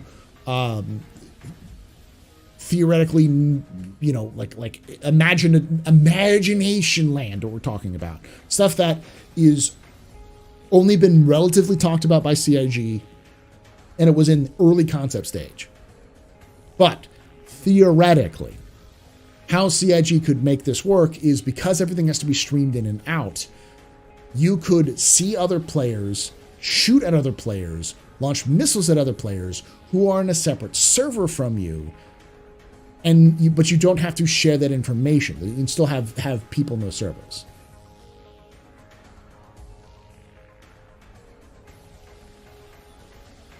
That was a really good cap table. Thank you. Yeah, it was pretty good to hear them talk about that sort of stuff.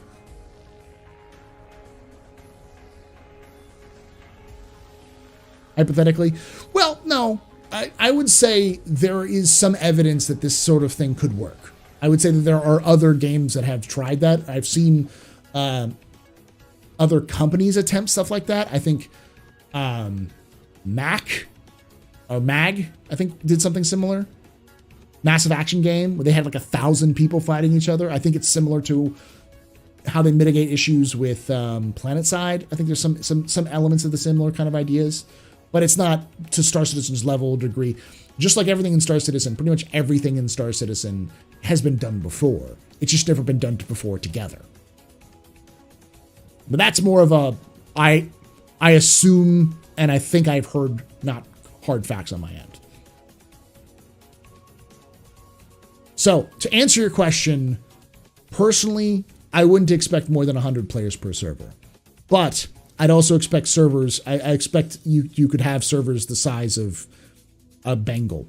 The interior of a Javelin, the interior of a Carrack could be a server. So, the scalability is the question, not the number of players. How scalable is, in terms of server meshing, can you get? You think they'll fix Bunger elevators in 17?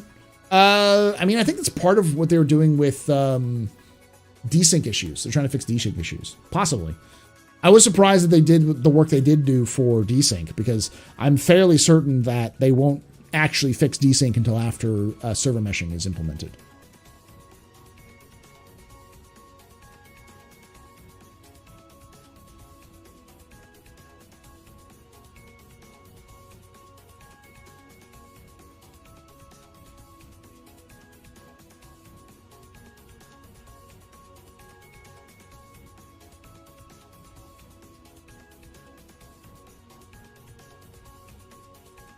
Why do I hate the Redeemer?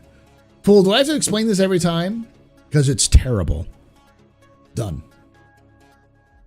Should just add a ladder to bunkers. There should be a ladder to bunkers anyways, just for emergency up and down.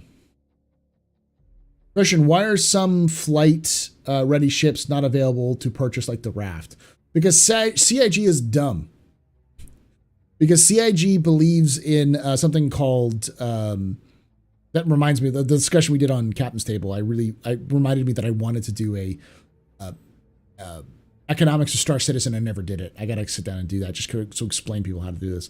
But CIG does this thing where they called artificial scarcity, where they want to create a scarce environment for some ships and not for others. And the reason why they do that is beyond me. I don't understand why. I think they hope that they could FOMO people into buying it so that they can have massive sales numbers on specific times of the year, which seems dumb, because if you made them available year round, people would buy them if they had the money, which means you would just have higher numbers overall rather than spikes at sales periods. You can still have spikes during sales periods because there are some things like javelins and Idrises and larger ships, which they quantity limit. That's because they don't want every player in the universe to have them. They want to have them limited to a certain number. So they only sell a certain number a year in hopes that, because the player numbers grow every year, so they hope to just keep that ratio in there. Hi, just a question. Have you heard about the BE at Con, the huge European Star Citizen convention in Belgium? About 700 to 1,000 people, many guest presence of CIG devs. I haven't. That's cool. Is that already happened, or is it happening? That's pretty cool. I'm always a fan of seeing more conventions, especially since it's difficult for. I don't think the donations work on stream. They do, but I don't have them. I don't have them pumped through. Let me check.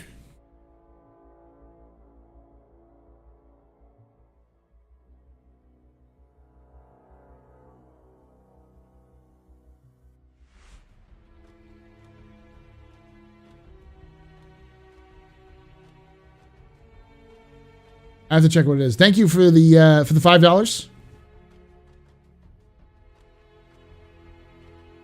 Twitch still hasn't paid me, but they owe me.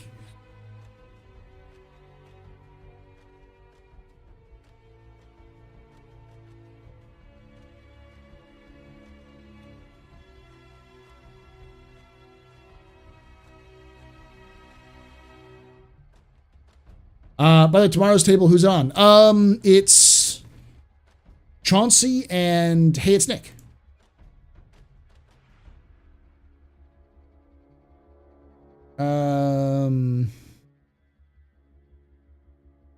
Oh.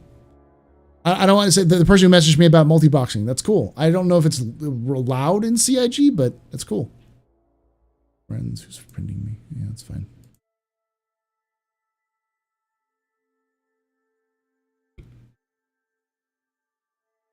No problem. No problem, man. Thank you for sharing those multi-boxing prospectors with me, man.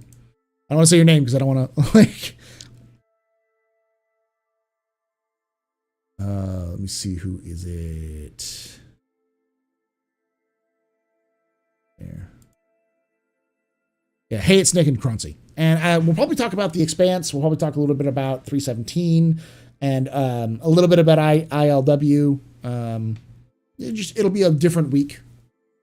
I want to talk a little bit about exploring in the game with them, because both of them are kind of more vibe guys, if this makes sense. Like, they're more about playing the game and expanding the game, playing the game in different ways rather than just sticking to like bounty hunting or cargo or mining. They just do a lot of stuff. So, well, I want to talk a little bit about that. Question: any old devs that don't work for CIG anymore wish you'd come back? Yeah, Jerry, come back, please. Jerry, come back. Gosh, I forgot his name. The guy who did Gold Shirt. He'd be really cool.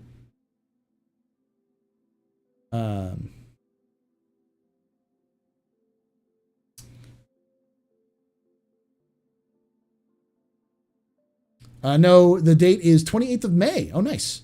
Pedro Camacho at Mo Esports, JRDF, Starjump, CIG, Chris Haro, the Squadron's card game creator, and more sci-fi stuff, arcade, retro gaming, pinball, and Star Wars as guests with many cosplays and Star Wars. Yeah, nice. You mean Star Citizen decoration? Or Star Wars? As you said, SW, which I assume is Star Wars.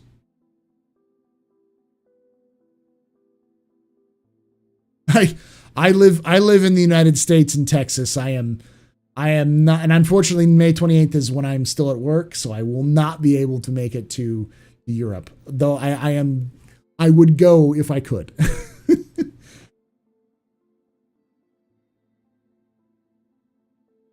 But if you're bored with the team, let me know. I'll definitely try to shout you all out and try to get people to know about it if you haven't already done so.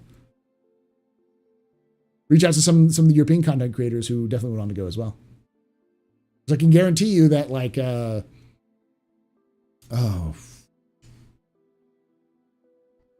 of the French content creators probably want to go. Some of the German content creators might go. Space Coder might want to go. When and where is CitizenCon? It's in LA in October. We don't know exactly when. I think there's a date that's set for the LA Convention Center, but we don't know yet. Question: do they have? Did they do all of the mocap for the chapters of Squadron 42 for Mark Hamill? Mark Hamill doesn't get any younger. I think so. Originally, when they were doing the mocap, that was for the entirety of all 3 games that they were planning. They still do pickups and stuff like that, and they'll still get in contact with him. But it's also important to remember that Squadron 42 takes place. Squadron 42 will take place over 3 games, but when the first game releases, we will have it's not going to be another 10 years before the second version comes out. The reason why it's taking as long is because CIG is building the foundations of the game for 2 games and then doing that. So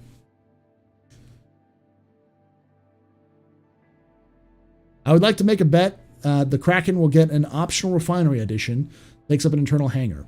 I wouldn't say it's an unheard of thing. I think it's more likely that we're going to get mobile refineries, something that you can buy and stick into a cargo hold that you could possibly hook up to the system's power or have its own power pack that you can recharge that will function as a refinery, but for exploration purposes. And it could also be used for things like mining and ad hoc stuff. I imagine that we'll get a lot of that stuff, which is, down the line where you can do more modular things, because that makes more sense in terms of building. Why build a specific module for a Kraken when you can build something that can fit into any cargo bay?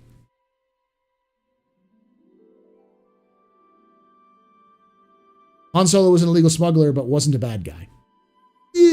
Yeah. I mean, technically, the good guys in Star Wars are all illegal. They're rebels. They're literally fighting against the government.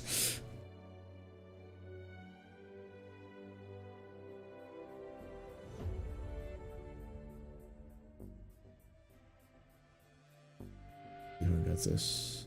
How many bed measurements do you think they've sold? Hundreds of thousands. No, they probably sold several thousand. Maybe tens of thousands, but probably just several thousand. I think Ares and Raft are available in 317. They are, but you can't purchase them on the website. That was the person who was asking about the Raft. It was about purchasing on the website. But yeah, the Raft, the Ares, and the Mercury, I think, are all available in game. As I was very happy to say, I'm glad that the community bullied CIG on that fact. CIG has no excuse, absolutely no excuse to not stick those ships into the game. The fact that they were sounding like they weren't going to put them in the game and they were going to do like the NT and a bunch of other things, I was like, why? It looks really shady. Just put them in the game. Well, and I get that, like, for the Ares, they want to have like a display in the Crusader section, but it's like, but why just not put it in the game so people can buy it? You can fix that later. Just let people buy it in game. So I'm glad that's something that the community could bully CIG about, because that was something that CIG just made no sense to me. It's literally no sense. Paul, there's a saying that one man's freedom fighter is another man's terrorist. Yeah, that's true. That's, as a historian, I can confirm. Looking forward to Drake Defense Con? I am looking forward to Drake Defense Con. For those of you who don't know, I kind of always play that my character in game is from Magnus, which is the home of Drake. So anytime Drake's on the line, I will fight to defend her honor. You will not say bad things about my shitty little ship. Shitty little ships. There's a meme I've saved for Drake Defense Con, which is the possum that's like in a trash can. It's like at somebody as the trash can's open, and it says Drake on the trash can, and the caption is "Get away from my trash." It's like that is my meme. That is my meme. Get away from my trash. I'll never simp for somebody. I'll never simp for that. Drake Interplanetary. At your service, my queen.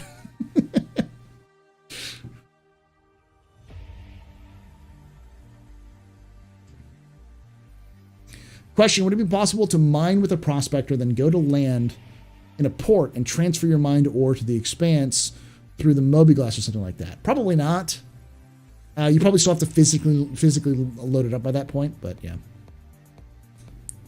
That should just be the Vulture commercial. Just a possum in a trash can. Get away from my trash!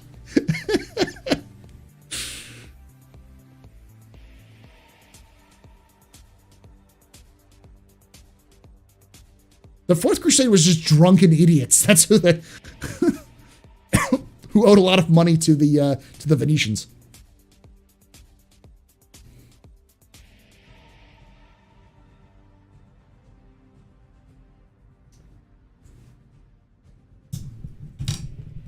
Yeah, I mean, the Expanse is not coming out anytime soon.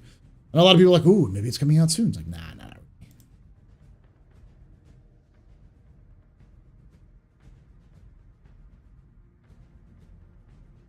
Oh, hi, Pilot. I didn't know you were here. If you can't buy it now, you'll pay attention to it when you can buy it later. And if you can, you'll value it more. I get it, but at the same time, I think it's dumb. Because I think more people would purchase it if they wanted it, when they had the availability for it. Because people will pay attention to it if they see it or if they know about it. You would still have increase of sales around sales time. Like, you have increase of sales of everything around sales time, not just the ships that are limited quantity.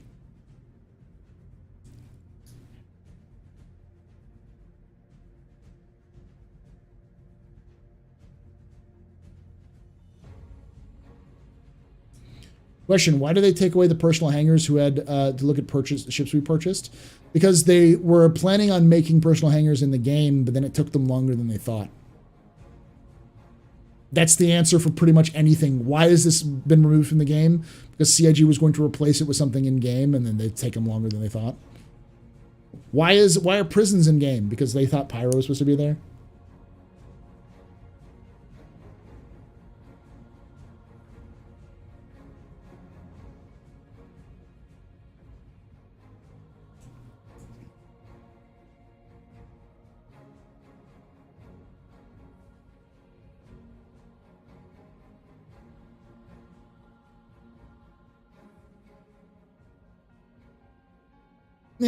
I disagree, Pilot. That's all I'll say. Obviously, it's working for CIG. I just think that they're leaving money on the table because more people would be willing to purchase it when they've heard about it if they had the money on hand than wait for a time period when they have a lot of other options, when they have to fight for a lot of different concepts, especially around October when there's people buying a lot of other things.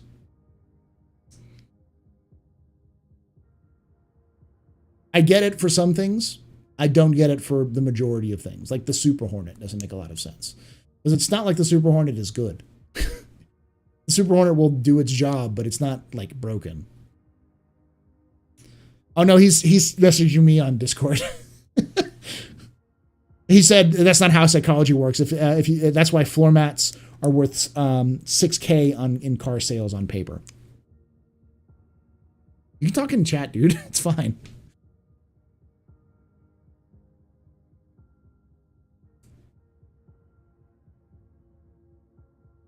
We need Jerry back for prison gameplay to be updated. Yeah, that's why I said we need Jerry back. Mentioning... Take what back? I don't know what I said, Violet.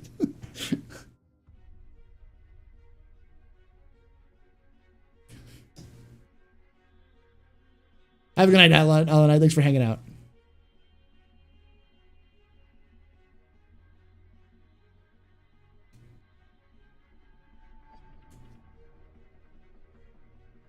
Question, has CIG addressed how far player settlements can become?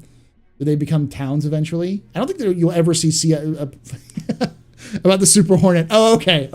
There we go. About the Super Hornet. I'm sorry I offended you, Pilot. I love the Super Hornet. It's just not the meta.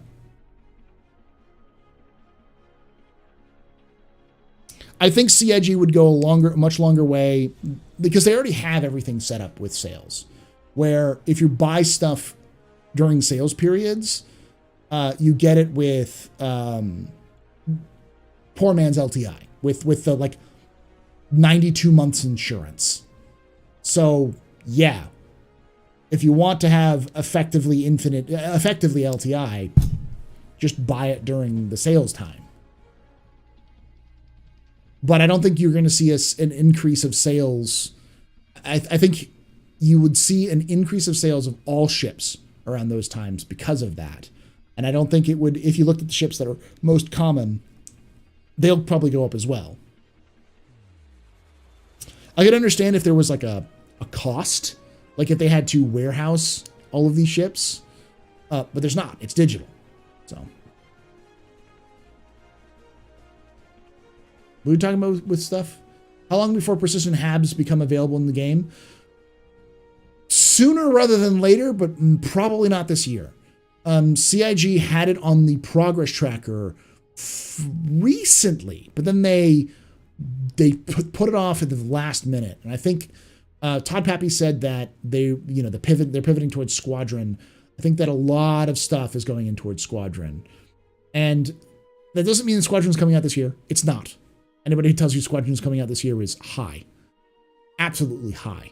We'll talk about Squadron 42's roadmap here in a little bit. But I 100% believe that, by the way, Pilot, we got to reschedule your time on Captain's Table. But I 100% believe that Squadron's coming out in next year. I think that's their goal. That's their plan. At most, they'll probably see a 6-month slip from, October of next year. And I think we'll know more at CitizenCon itself. I think they'll make an announcement at CitizenCon. Based off of everything they've talked about, how they've talked about it, what I've been seeing in terms of monthly reports. Squadron 42 is not done. It's not anywhere near finished. But it's also, April of this year. I know that seems like, oh, yeah, well, it's the 4th month. It's like there's 12 months in a year. And the progress they're making is not insignificant.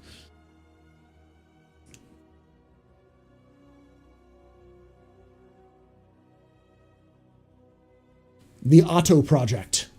Is that me or is that somebody else? Somebody in here, the Otto Project? I thought you said the Astropub.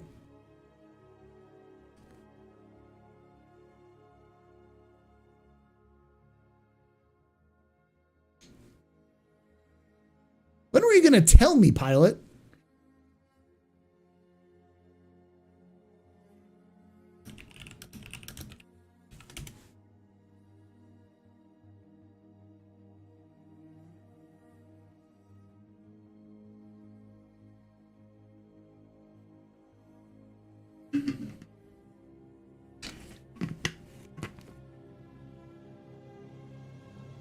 That's why you moved here. I'll talk to Jake. Oh,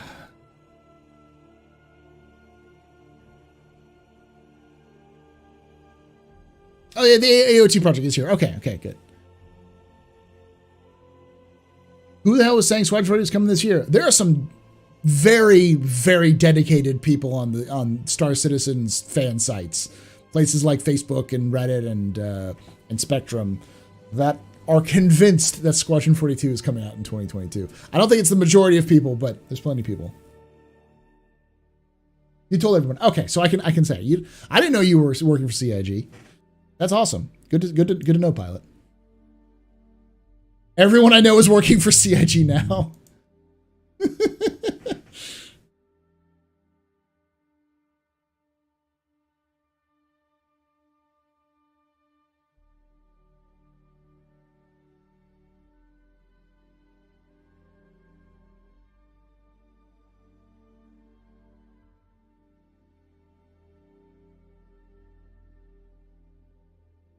No, they're watching me now. No, what's happening is that CIG is hiring everyone I know.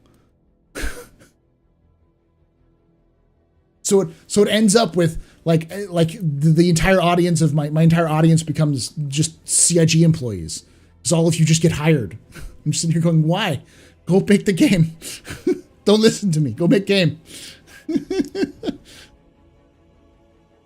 Well, that's one of the good things about CIG is that CIG is a fairly decent company. Everyone I know who's worked for them says they're not super bad about a lot of things. They're very good with like benefits are really good. Payment isn't great, as far as I can tell, or it's pretty spot on, like average. It's not high or not low, which is probably the only weakness it has. But like, I think you get 4 weeks out of a year off, just paid. Really good benefits, and and I think you also get time off on your own. I think it's separate as well. Like you just get vacation time where they pay you and you don't go to work and thing. It's pretty nuts.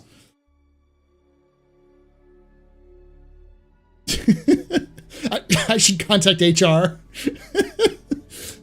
Hey, give me a commission.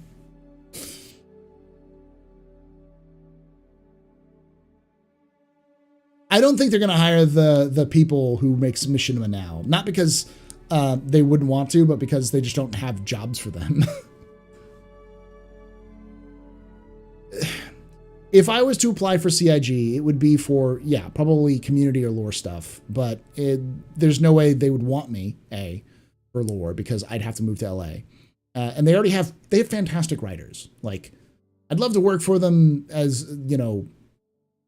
to do kind of more cohesive stuff, but they already have someone like that. That's what's her name? Their archivist. Why am I blanking on her name? But yeah.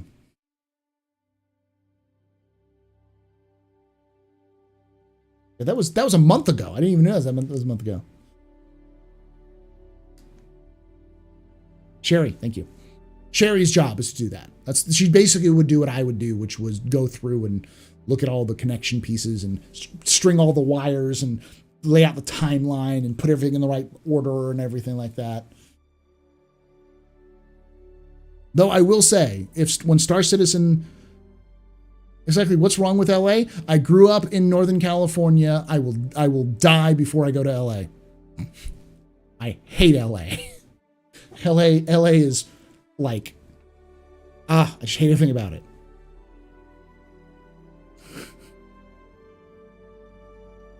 I don't understand why people live there.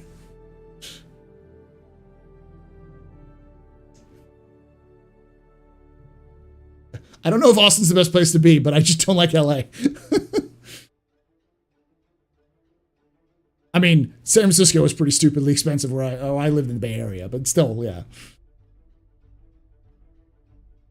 It's mostly just me shitposting in the sense of LA because I grew up in the San Francisco Bay Area, and anybody who lives from California knows that Northern California and Southern California are like the opposites.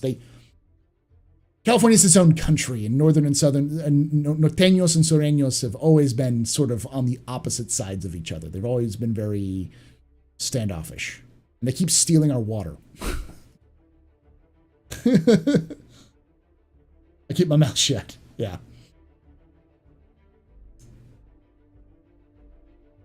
Austin's not perfect. It's really expensive too. I enjoy it, but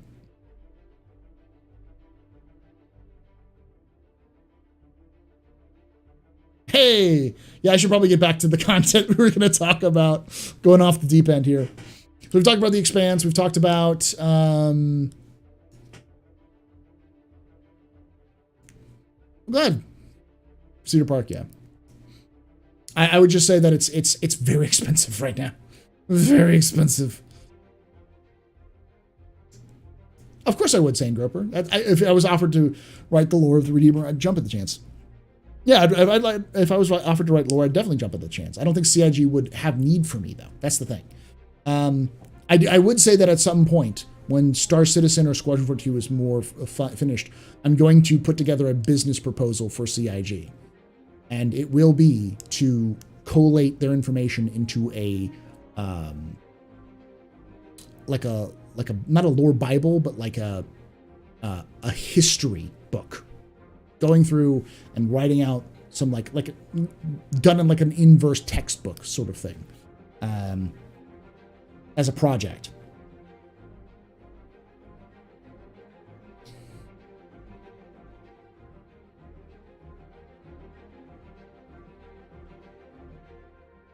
That's all right, man. Thanks for hanging out, pilot. Like a social studies picture. Yeah. Or like an encyclopedia. Yeah. Something like that.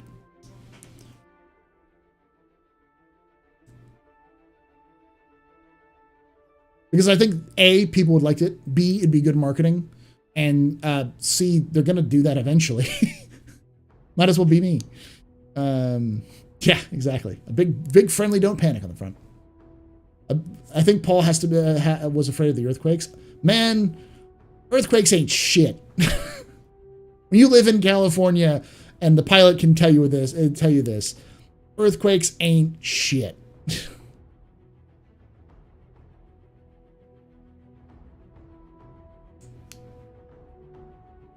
Yeah, for those of you guys who don't know, Pilot now works for CIG. So that's why he can't make content for Star Citizen anymore. And the other thing is, if I worked for CIG, you would not be seeing this. This would not be a thing.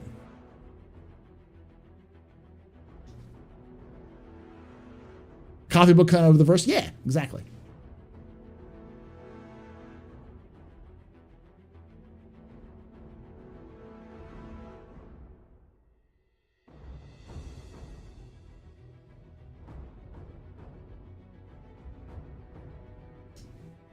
The librarian.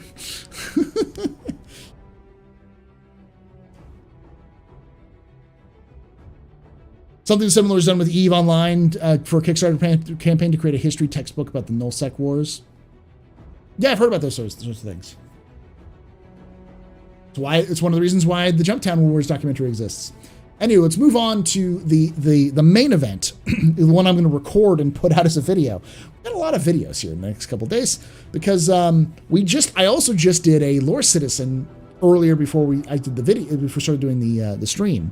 So I did a Lore Citizen, then we're going to do this, and then I'm going to also put up the Squadron 42 monthly report that we're about to talk about in a separate video on its own because people seem to like when I go through and read the reports so that they can hear it themselves. An old art book called Expedition had a format of a historical text documenting an alien world exploration.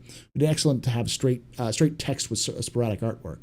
Basically, I mean, that's the reason why I would say something more like an inverse textbook, something that you would have seen in like a school of some kind. As with pictures and descriptions and such. Yeah, I said I was going to stream for 2 hours. Now I'm going to speak for an hour, 45 minutes to an hour about this. And welcome to Captain's Table,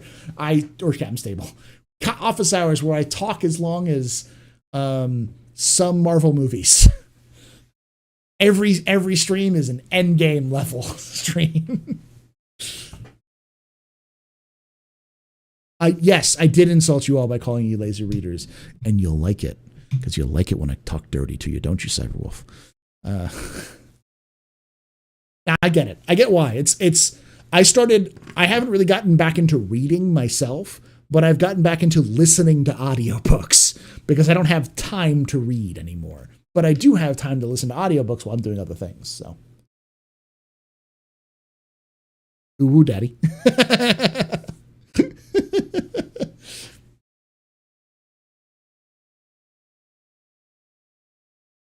Complete with all tangents, yes. Well, it's also more talking with y'all too. So, okay, let's get the recording started.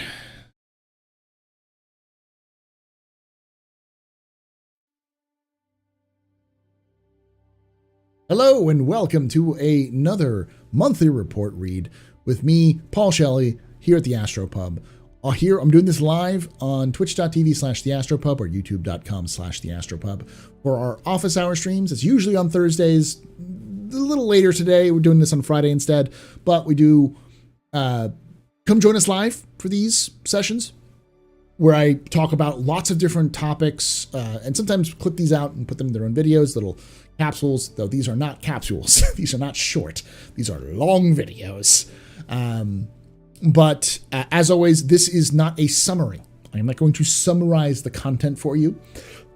I am not going to lessen the content for you. This is for you to get the full context of everything that's being spoken. And the last 2 times I've done this was very successful. A lot of people liked it. A lot of people spoke up who were more technically minded and cleared up some of the stuff.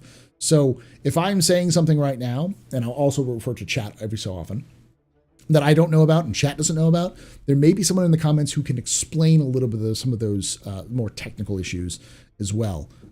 So, because especially when we get to the engine section, I am not an engine seer. I am not a tech priest. I am not a mystic with guns. Not a mystic with technology. I do not know the ancient scribes and tomes upon which the runes that are cast to make such wizardry possible. So if you are, and you can explain some of that stuff, especially with the engine work, please do help. All right, with that, let's get into it.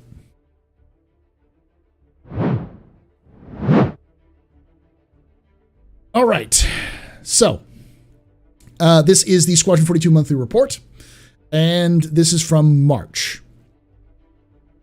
AI content team. Last month, the AI content team began taking the AI behaviors from test levels and adding them to Squadron 42's locations.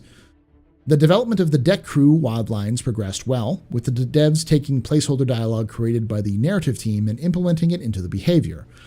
AI content recently gained the ability to trigger wildlines when the NPC enters a usable.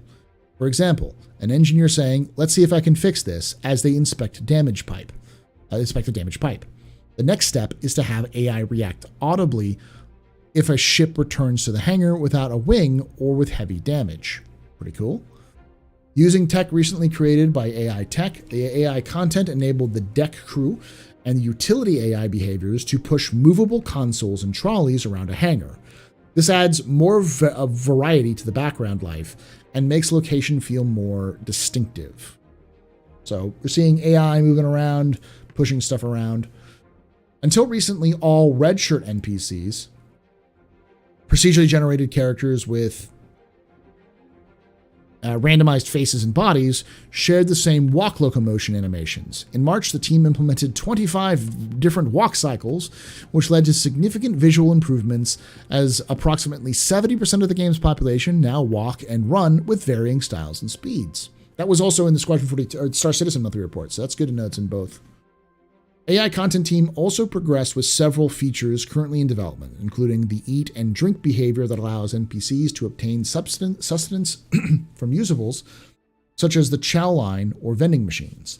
The leisure behavior progressed too, with controls how NPCs spend their downtime. For example, playing games on the arcade machine, talking with each other in the mess hall, or relaxing in their bunk watching TV. Pretty cool. A lot of this stuff is kind of more downtime, and it's important to note that the reason why a lot of this is as important as it is has to do specifically with I would say, I'm not going to say exactly, but a large portion of the game is going to be spent with downtime, with not in a fighter or in a dangerous situation. Effectively, the game is split up. As you've seen the vertical slice, the game is split up between social parts of the game and action parts of the game. And the social parts of the game will affect the action and vice versa. So this stuff is important to create an environment of that you're living on a ship, not just playing a game. So, will Star Citizen introduce in-game TV? Yes, they probably will. For those of you who don't know, there's a lot of fiction in-game which already runs like in-game TV. It's actually just transcripts from in-game, like in fiction TV. It wouldn't be too difficult for them to get voice actors to do the lines and then, animate it in a limited fashion. Probably more complicated than I'm giving it credit for, but it would definitely happen. But especially for Squadron, that would make sense because it's only in the canon section of this very specific time period in Star Citizen lore. So it would make a lot of sense to do that as well.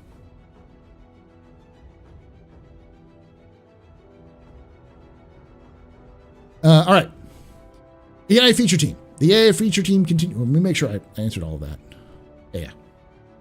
The AI feature team continued to work on Vanduul AI, last month playtesting the first encounters to tighten up the gameplay experience. They then focus on the players shooting down Vanduul waves before they reach close combat range, with ranged enemies providing covering fire. Very cool. Last month, we talked about the deadly backslash, where Star Citizen turns into Squadron 42 turns into a Soulsborne game, where you got to roll away from the Vanduul going, hitting behind you. So that's exaggeration. Do not take that as gospel. But if you watch the last one, you can see like there's actually like melee behaviors that they're working on with Vanduul. On the human combats, or having a lot of the main building blocks in place is allowing us to focus on different encounters, making sure we're addressing not only the technical implementation, but also the fun element of the game. AI feature team.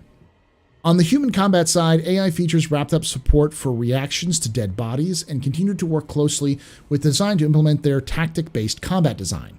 As many technical pieces now work reliably, the designers can dedicate time to polishing and tweaking tactics, with the current focus on three main roles: the defender, pusher, and flanker.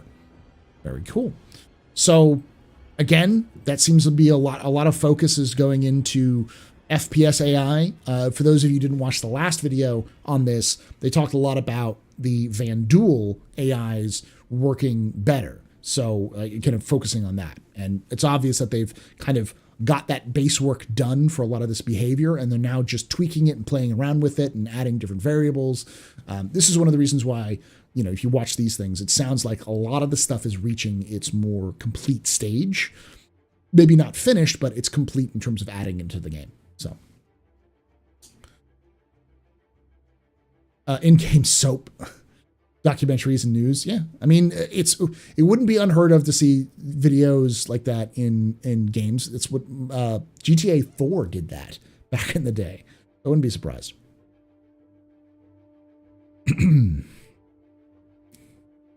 All right, the team also polished the behavior that allows Marines to use the firing range. This allows NPCs to go through the same training as the player, react to the results, and collect weapons from the Master-at-Arms or environment as necessary. Feature test maps were also created to help with the main feature. Yeah. Sorry. AI Tech began the month addressing feedback on the initial implementation of planetary navigation tech, which was then passed on to several teams to use in various scenarios. One improvement is the addition of the priority manager to help calculate which areas require navigation mesh, regeneration, the positions of players. NPCs and vehicles are currently used to determine where nav mesh is required. To enable the designers to request realistic NPC reinforcements on planets via spaceship, as mentioned in February's report, the team began developing functionality to allow NPC pilots to spawn and adjust the dynamic landing and takeoff splines. They also improved the spline creation process for smoother landings and takeoffs. They adjusted the tactical point systems queries to work on planets and find the points where NPCs will move as they disembark. Simple behaviors were implemented to showcase this new feature too. Very cool. This was something that was mentioned in the Star Citizen stuff as well. This is more detailed on that, which is now you have, I guess, more dynamic reinforcements arriving, so you won't have some like canned, they'll always arrive at one place. Now they'll arrive where they need to be, which is very interesting.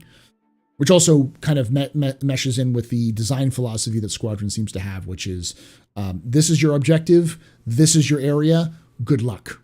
Which is much more free form, allowing the players to make the choices of how they approach every area. So you can't rely on scripted behavior to be able to do that for you. You're going to have a lot of dynamic stuff going on, which helps with the making Star Citizen, which requires a lot of dynamic stuff going on. So the development of the technology allowing NPCs to correctly push and operate movable entities like trolleys continued.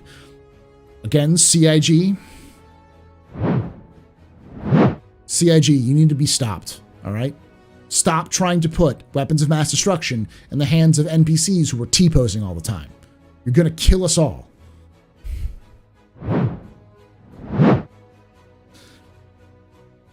The team also added further improvements for locomotion and grip posing on trolleys with different layouts and began implementing parking spots for movable objects. Several fixes and improvements were implemented into the subsumption editor tool, including the full graph map outlier behaviors, a visual grid and snap functionality, the ability to quick insert nodes at the mouse cursor position, and an easier way to drop connections from a node. AI Tech continued to refactor the NPC movement request systems to allow for more consistent synchronization of states between the server and client and unify the way NPC movements are processed to reduce inconsistencies. AI vehicle features. The vehicle features team was working alongside the AI on behaviors that will benefit both the PU and Squadron 42. The aim is to improve flight behaviors to be more dynamic and closer to how human players behave in combat. They also focused on ship tactic for fighters taking on capital ships. Throughout March, the animation team worked on zero-G movement, helmet, equipping, standing at and using tables, work zones, blockouts for Big Benny's noodles, tactile chair animations, Vandal combat, consoles, and cowering and surrender. They also set up work for female Spec Ops development, progressed with generic enter and exit improvements to help streamline the development of AI usables, and worked through the second pass finalization of the story cast characters. So, again, if we're seeing things from AI and animation, it seems like a lot of stuff is entering completion stage, but not finalized stage. Though they're working through the second pass finalization, so it sounds like they're pretty much done with the story cast characters. So these are all important things. If you're following along with me, you're probably gathering as much stuff as I am about the current status of Squadron. So if you're worried or wondering about where Squadron is, these will help out a lot. Tells you what they've been doing. Art environment. Environment art continued working on 3 key chapters alongside design, and while R&D and large asset passes on several late game chapters began. They also collaborated with the flight design team to create an appropriate sense of scale for the overall spacescapes. This is another indication that the game is not anywhere near done. It's making good progress, but it's not done if they're still doing R&D and large asset passes on late game chapters for the environment. All right, cinematics. Cinematics predominantly worked on 3 chapters during March. The first featuring the Archon mining facility, which is the Shubin mining facility. The second consisted of FPS sections on a planet, and the third being the opening chapter. That's pretty big, okay. For the mining facility, they further developed the station's tram system, used in several sequences. The station will be approximately 8 kilometers in length, with players using the tram to progress. This involved taking the tram cabin into the sequencer to animate its spline. The team are currently investigating how to get impulses from the tram's exterior to transfer to the physicalized entities and actors inside. So they sway and they move around as the tram moves. The team also prototyped a scene involving a mining tick landing and then walking into the main hangar to be unloaded for a cargo train. The mining tick, baby. All right. For Planet Side, I know what's going to be on the thumbnail. For the Planet Side chapter, an older scene shown during the vertical slice stream was further polished, receiving improved animations, cameras, and player inclusion. Nice. We wanted to have the player presence upped in this scene and decided to resurrect more of the original mocap for the player. In a lot of scenes, the player mocap was done as a reference, with the aim to have full agency during the actual conversation. However, we found that during the dramatic critical path scenes, we can justify the player being locked in to help with the player's character and presence. Cinematics team. So that's another thing. We're going to see a little bit more locked in cinematics than we're used to, which isn't too unusual. I think you see that with some games like Half-Life do that, where there's some cases where you're not moving, you're just locked into place while the cinematic is happening, but you're still in that first-person perspective. And I'm always a big fan of the Half-Life approach to things, so that's pretty good. For the opening chapter, the team created splines for fighters, capital ships, and the player's hub ship, and more. They also expanded the Vandal fleet with newly created ship types that are currently progressing with the remaining battle sequences. They also added more hangar activity scenes that will occur before a large battle. Very cool. Engine. In March, the physics team... Okay. As said, I have no idea what these people are saying. So I'm going to go through some of it, but a lot of it... I think all of this is the same stuff that's in the Star Citizen monthly report. So I'm not going to stop as much. In March, the physics team added a new soft body deformation approach for character cloth. They also implemented island-wide broad-phase collision detection to reduce the number of external parts of entities to check against. The steering of vehicles' rear wheels at high speeds was reduced too. For physical damage, the initial changes were submitted for the tracking of breakable clusters. Furthermore, an action was added to move a spaceship entity to a specific state in a set amount of time. Lastly, a prototype using batch workers to step physics to improve thread wake-ups and concurrency was implemented. On the renderer, the transition to Gen 12 continued. For example, handling of decals in RTT passes was refactored, and various bugs caused for the enabling of the brush rendering via Gen 12 were fixed. Planet terrain rendering was optimized, and support for the sunlight render node was added. Various APIs were improved to make them more consistent, efficient, and less verbose to use. The team also started refining the constant correctness of APIs when dealing with returned weak pointers. The Shadow Mask stage was also refactored to use transient constant buffers and remove reflected constants and binding constants via the explicit layout and buffer instead. Planet terrain height maps and planet terrain shadows are now fully ported. Tessellation code for rendering planet terrain patches into height maps was improved for more consistent triangle density. Meanwhile, a bug in the processing of scattering queries for clouds was revealed to be an application issue and fixed. It was previously worked around. On the core engine side, more code was cleaned up, using include what you use. Additionally, more time was spent in the integrating EASTL. Various optimizations were made, including updates to animated lights, more systems updates to the main camera, and the flagging of viz areas affected by the sun were moved into parallel jobs to reduce runtime cost of the main thread. Lastly, global locks were replaced with per-instance locks for fuzzy entity access. The summarization, if I remember correctly, for most of this is they're working on damage states and how damage states are handled. They're looking at things like, obviously, planetary tech stuff, Gen 12, how that handles, and some other new systems they're implementing, including locks that are dedicated to per entity rather than global. Meaning, I guess, if something is locked or something is supposed to be locked in for an entity, is now more of a per instance rather than, it's stuff for a server mission, it feels like. Paul, what is EASTL? I do not know what that is. Someone is going to have to tell me. I think someone mentioned it in the last video. They said it's some sort of program. I assume it's some sort of program, though. Likely a tool. Like me. All right. Features, gameplay. The feature team progressed with object container streaming overrides, with the aim to get an example use case into the game. They also worked on weapons kiosk screen for the Master at Arms, where players can see what weapons attachments and grenades are available, along with descriptions and statistics. From there, players can ask the Master at Arms to provide them with weapons and try out the firing range, or have them delivered to their weapons locker for use in the next mission. Very cool. So you can now look at a console to figure out what you want, what's available, and then go to the Master of Arms and ask for those specific weapons. That's pretty cool.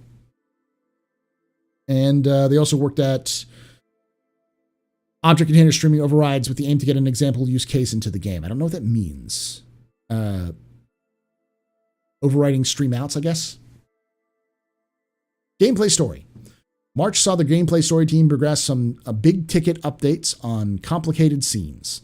As part of this, they polished the walk and talk scene in Chapter 5, improved a major scene in Chapter 12, and progressed with a complicated scene in Chapter 14, including a medical gurney.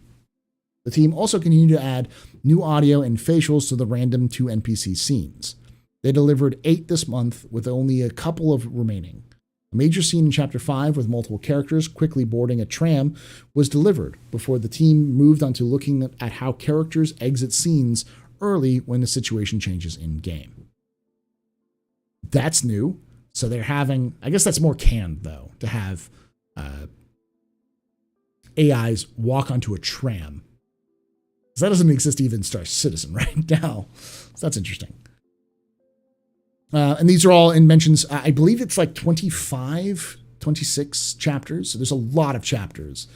And if I remember correctly, each chapter is supposed to be about an hour of content, which would be pretty big. That's like 26 hours of content for a single player game, replayable. That's pretty good. JK, this is just a bunch of technobabble. Probably is. They could be saying anything in that engine section. There could be a joke about a chicken, like a chicken cordon bleu recipe, and I wouldn't get it. All right, graphics and VFX programming. Last month, the graphics team made updates on various shaders with submits for the per-material auto C-buffer layout and improvements for booleans and shader parallels. For ongoing Gen 12 transition, the team fixed several various bugs, such as shallow flickering, LOD ratio issues caused by the porting of skinned meshes, and multiple crash fixes. The team continued with Gen 12 scaleform porting, making modifications to the execution order and interface to match the current behavior of RTTM. Work also began on moving scattering query analytical shadows to Gen 12. For Vulkan, minor changes were made to descriptor indexing for internal bugs, while fixes were made to crash relating to headless client metric gathering and warning updates for render dock. Specifically for Squadron 42, fixes were implemented for gas cloud-related bugs, and the team continued to develop the retro-reflective effect in layer blend. Lots of stuff with Gen 12, effectively. Just kind of moving things over, fixing things up a little bit here and there. Level design. The FPS team completed the final gameplay implementation for several early chapters. Work is currently ongoing, moving a number of mechanics and chapters towards alpha so they can bring testing and balancing gameplay. The Space/Dogfight team supported the other design teams in bringing early chapters to vertical slice quality. This is the first we've mentioned of this month of vertical slice quality. This is a question about vertical slices. What does that mean? Does that mean that we're going to see vertical slices in the future? Or does that mean, is that a sort of a stage where they would be comfortable of showing with vertical slice? That's a question that's still up in the air. They also worked alongside the art team to finalize the size and gameplay locations in the Odin system, now that the quantum travel and quantum boost mechanics are closer to final. That's another mention of quantum boost, which we've heard a lot earlier, in Star Citizen specifically. So it sounds like there's some stuff that's already being worked on in terms of the quantum travel systems, because if you remember, the quantum travel system was getting reworked. It's apparently already in Squadron. So it means that we'll probably see it in Star Citizen in the next 6 to 8 months. That'd be my guess. Alongside working collaboratively with other design teams, Social Design continued their long-term task of implementing all in-game scenes. I think we're almost done. Yeah. Narrative. Last month, the narrative team had several playthrough sessions with the design team to look closely at the moment-to-moment experience of 2 specific levels. This part of the refinement process ensures that players' motivations are clear, that the emotions and tone of the world are properly conveyed, and allows the team to see if there's any further opportunities to create more immersive experience. For example, to better highlight where the sniper nest was located, the team discussed a possible scene addition to draw the player's attention. Enemy at the gates. The team also began creating and implementing discoverable lore throughout the game. Thank you. Dear God, thank you.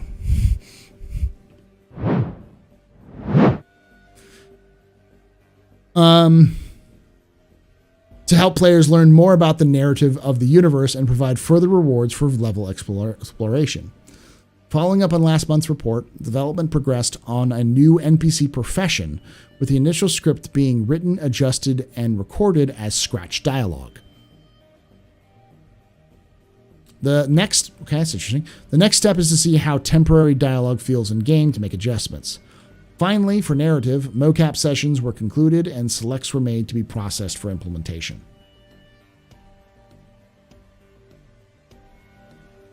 What's that meme? Such and such will remember that. Paul will remember that. Paul liked that. QA continued to support the cinematics team by reproducing issues found during development and chasing up outstanding bugs. They also focused on AI bug validation and refactored the Jira process to help organize existing and future tasks. I don't know anything about single player development. Yeah, we'll talk about it here in a moment, Immortal, but I'll say this. For those who are concerned, like, wait, what do you mean getting to alpha? Not every aspect of Squadron is in alpha. Some of the stuff is still in pre-production or pre-planning. There are some more stuff that's further along than others. There are entire levels that are finished in polished stage, entire chapters that are done. And as far as I understand, chapters are not the same as levels. They're just segments of the game that are a certain amount of time. There's some complicated factors which I probably haven't been nailed down yet, but they're coming close to that finalized process in terms of seeing what the game will look like.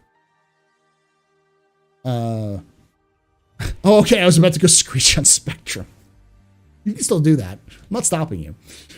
But it's important to remember that they've talked about other things being in final polish and some things being in alpha or pre-alpha. I'll tell you this, there are some things in Squadron that don't even have render to texture or OCS added yet. There are some parts of the game which just aren't done yet that are further behind than Star Citizen is. But that has more to do with the fact that CIG hasn't gone back and fixed those levels because they've been focusing on other aspects of the game first to really craft it and make sure everything works. They're focusing on what's important. The technical animation team spent the month iterating on the rework of the internal DNA system. This update will allow for them to expand the gene pool used to create believable heads in game and ultimately offer more variety to players.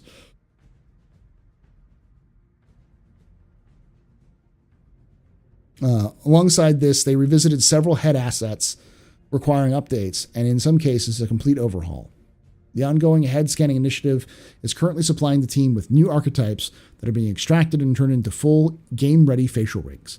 Tech Animation also maintained the existing animation pipeline along with spearheading initiatives to supersede older technology to expedite in-house workflows. This is word for word from the Star Citizen section. Some of these are copy paste because they're the same, like engine. They're both in the same engine. Box Worlds, I remember those from the game dev. Yeah. So when Tyler made a comment a couple of years ago where he said you can play he's played Squadron 42 from beginning to end, he probably did. It's just some levels were just boxes and replacement balls. You can play games before they're done. They just suck. and the reason why you do that is so you can get the feel for the pacing and the traversal. There's many different reason why you do that, because a game is a big complex beast that you don't want to like build an entire level and like light it and do everything you're supposed to and then find out, well, this is boring, and then have to go back and completely rework that, especially in more stable stuff. So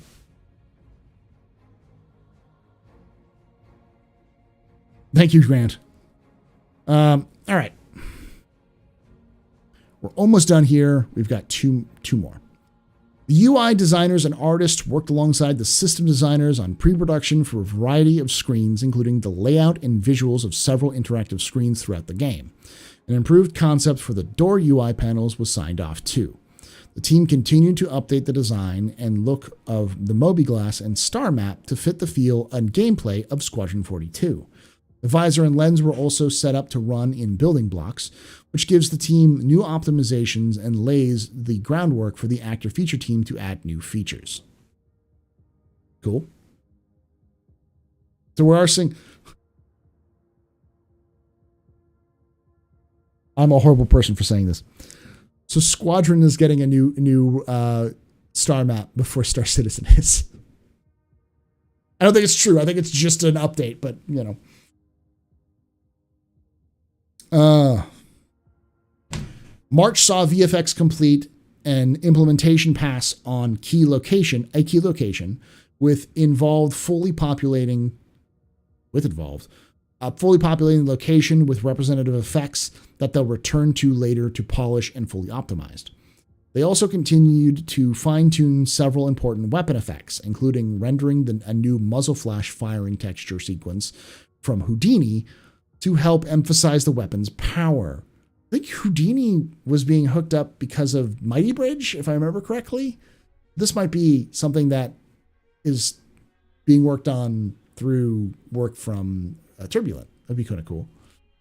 Great progress was made on a key destruction sequence utilizing some clever simulation techniques to help give the appearance of metal bending and tearing rather than fracturing like stone. Very cool. Finally, the VFX tech art team continued to explore the options that the Montreal team's Mighty Bridge Houdini interface offers. I was right!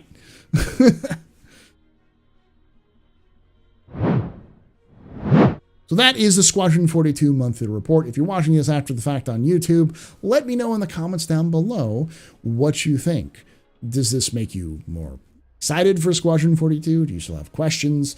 Are there things that you could explain that you might be more interested in? Let me know. I'll go through the walkthrough very quickly. It just seems like a lot of the stuff is being worked on. They're starting some hard work on some of the FPS stuff. And that also matches with a lot of the AI that is being developed. It's much harder to kind of go through Squadron because Squadron is being piecemeal made together. Squadron is not a process like Star Citizen where they have to release every 3 months. So they have to like build in short chunks. They can have a chunk that they start on in May and they don't finish until like July of next year, and they're fine. Like there's no, I mean, there's obviously a deadline, but like it's different the way that they're developing it compared to Star Citizen. So, anywho, thank you so much for watching. If you're watching this after the fact, like I say every time, hope to see you someday in the black.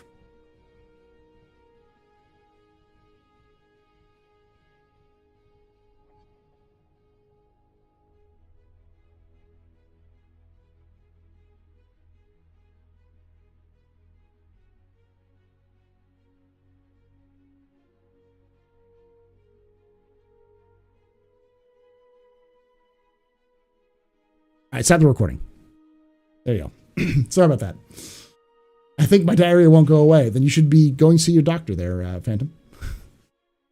They're going to have to blitz through alpha and beta. They want to get released by the end of the year. They're not releasing by the end of the year, buddy.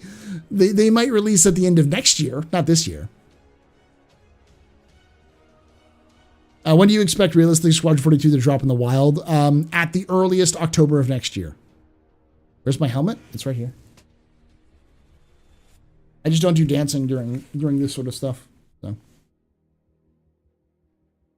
Good night there, Renderman. All right, so remember earlier when I said that people do think that Squadron's coming out in 2022, and everyone in chat was like, "Who believes that?" Not to shit on you, Upper Pro. It's just like people didn't believe me when I said that. I'm like, no, they're not going to do it. I just generally don't think they're going to. I mean, there's nothing that indicates they are. We just walk through this and they're just starting on FPS. They're not going to blitz through it. This is a game that they want to use as the bedrock, like starting IP for Cloud Imperium games. They're not going to fuck around like that. They're going to sit down and make sure it's done and ready to go. And they don't have any other than maybe some internal factors, possibly funding. There's really no, there's nothing that's prodding them to have to release at a specific date. I think there's definitely prodding in terms of funding that they need to get this out sooner rather than later. There's no like hard cutoff date. Hey, Mason, coming at the end of the night, but how's it going, buddy?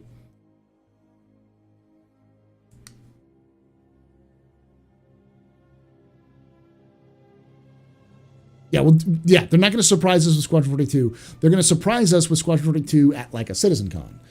The reason why, a couple of different reasons why I think Squadron 42 is coming out, I think CIG is planning on releasing it next year, is CIG has said multiple times that they will do an advertising campaign that takes place a year ahead of time before they release the game, which is standard activation, a standard marketing activation for advertisements. If you have the money, year ahead, at least 9 months to a year for a lead up, because you want to make sure people know what you're doing, who you are and where you're going, basic stuff like that. And I used to work in marketing, so this is based off of my experience. And they're not going to just start the marketing quietly. It's going to be a loud, bombastic start. So if it's going to be a loud, bombastic start, then it's going to start probably at CitizenCon of this year. And if it's a year from CitizenCon, they're going to do it at CitizenCon, it means that they're going to have marketing for a year, and that year ends next CitizenCon, 2023. So I wouldn't be surprised if this CitizenCon we get a date, which is October or Q4 of 2023. And I also am not naive enough to believe that October 2023 is when we're going to see it. I think it's more likely that we'll see as we get close to it, they'll push it back out to, say, March of 2023.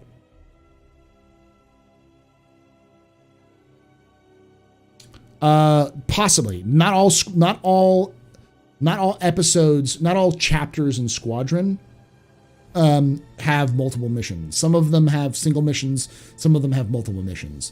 Each chapter is like a chapter in a book. It's telling a story from beginning to end, which then feeds into the other chapters. And just like a book, some chapters are shorter than others. But there are something like 23 chapters. Now, Squadron 42 is going to take place over 3 different games. The chapters they're working on right now is just for the first game.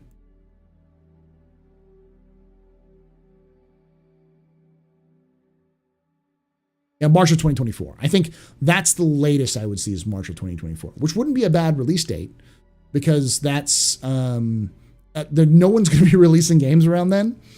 There might be some late hangers on from the 2023 like delay block, but it's no longer a death knell to release your game outside of the holidays. That used to be the case. But a couple years ago when Overwatch came out, it released in like June and did fucking amazing in terms of sales.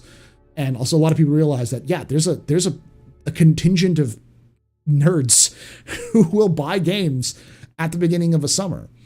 So, that was one of the things that I was actually hoping that CIG would do, because I think it would sneak in a lot of stuff. Do you think Hypo, if they release the end of this year, about the same time as Starfield, how many gamers they would lose to Bethesda? They're not releasing at the end of this year. And no, they wouldn't lose anything to Bethesda. They may lose sales to Bethesda, but I don't think hypothetically the reason why they're not releasing it this year is Bethesda. They're not releasing it because it's not ready. That's just it. I mean, the FPS is still in pre-alpha. Like, it's not even done yet. It's not even in alpha stage. Not even in a stage where they can play around with it.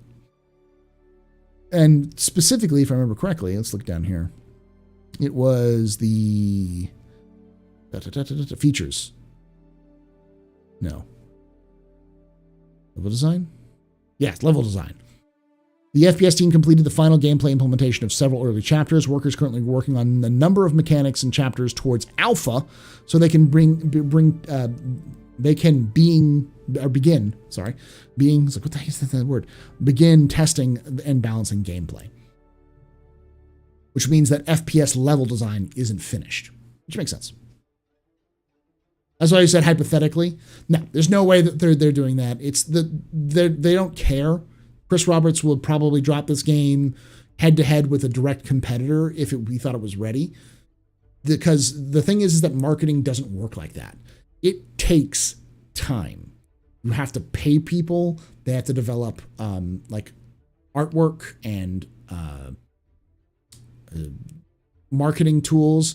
They probably, I wouldn't be surprised if they contacted Mark Hamill or John Rhys Davies or Gillian Anderson or Mark Strong or any of the main actors in Squadron 42 and had them stump for Star Citizen or for Squadron.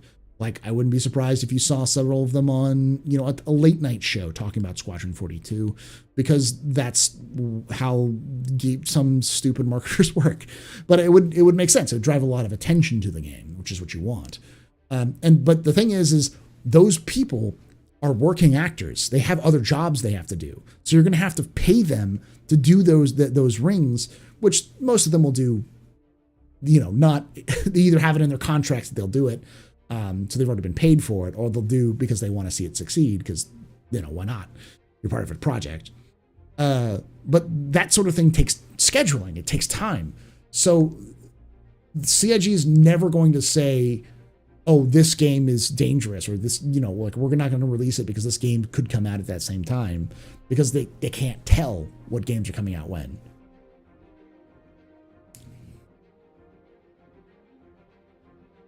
They know what Squadron 42 will sell like hotcakes. They will. I mean, I think Squadron 42 will sell simply on the names of the celebrities alone. And again, I have spoiled myself on Squadron. I promise I will not spoil you all on Squadron. I know the whole story. I know everything. I will just say that Squadron sounds like a fun game. It sounds like an engaging, interesting experience that is challenging. I'll just say that. And I'm after knowing the entire story, including the twists, I'm still interested in playing the game. That should tell you at least a little bit about what I think about this game. But I wouldn't go in there expecting, you know, it's a masterpiece. Oh, it's a BAFTA winner. Like, I don't think so. I think it'll be good. It'll be good enough. I think it'll be good enough for most people who are looking for that kind of game to enjoy it. And I think it'll be good enough to get people wet for the sequel. It's not even NDA. Like, I accidentally into it because both Chris Roberts and CIG have leaked the entire story of Squadron multiple times. Is Squadron 42 lore heavy? Sort of. I mean, there's obviously lots of lore aspects. It's not okay. It's not a. I don't know how to say this. I'm just gonna say it, but I want to make sure people go. I'll do this if you don't want any spoilers whatsoever, because this is not a spoiler. It's already been out. But like, I'll do this again when I'm done. Okay. So right now, turn off your headphones or step away. Just watch me. Okay.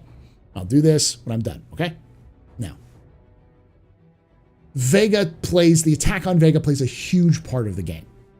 It's a major part of the game. So understanding who the Vanduul are, what Vega is, understanding the Vanduul invasions and why it's stretching the UEE thin, that sort of stuff is very important to the game. But they do a pretty good job of walking you through that. It's not poorly handled.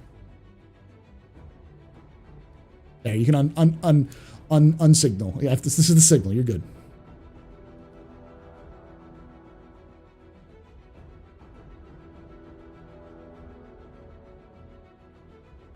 Yeah, exactly, Mason. It's on the fucking page of Squadron. It's on the front page of Squadron. Like, it's not of their website. It's not like a hidden lore fact. It was part of the first fucking trailer. Like, you're good to unmute.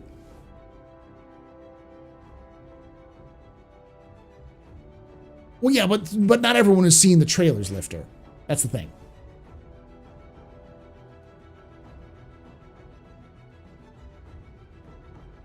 Any other questions y'all have before I call it? Because we're coming up to 3 hours, so I want to kind of end it this shortly. You never seen the trailer, and I'm not planning on watching it? It's pretty good. Both the trailers are pretty good. I would argue that the second trailer for Squadron is bad. But that's because it's not cut by a trailer company. How's the puppers? I don't have dogs. I have cats, though. But they're doing okay. Could we see the Achilles in Squadron? The Achilles? Probably not. I doubt it. Thank you, Brainwashed, for watching them.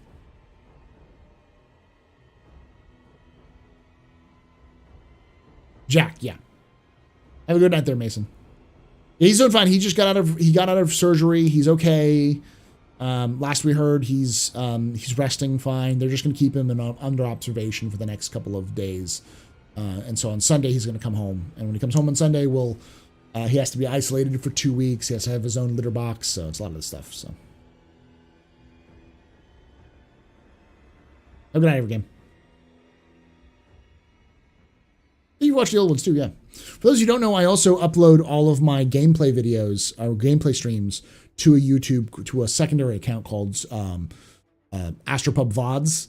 So I haven't been doing that because I haven't been playing a lot recently, but they'll be doing that shortly. I also plan on doing some in the near future to do some PlanetSide streams because I know some people in the community play PlanetSide. So I was like, sure, I like to play PlanetSide. I haven't played it for years. I'm definitely going to be playing Space Marine, Warhammer 40k Space Marine, because Space Marine 2 is going to come out in the near future. I know that Dark Tide is coming out, so I might be doing some Vermintide to practice for that and get other people to hang out for that. I'm looking for space stuff. Definitely playing Starfield. I'm currently working on another Starfield video, and I'm working on... God, I'm so busy. I have 2 videos I'm working on right now, both of which I'm going to try to release next week. Plus, I've got the Lore Citizen video, which I've got to edit and upload next week, I guess, because I don't want to like overload the YouTube, because like this video is going to go up on Tuesday. The video I just recorded is going to go up on Tuesday. The Lore Citizen video is going to go up on Wednesday. And then I've got another office hours on Thursday, which I usually don't upload Thursday or Friday, because if I do this on Thursdays, then most people watch it on Fridays. So, and then Saturdays probably will be when the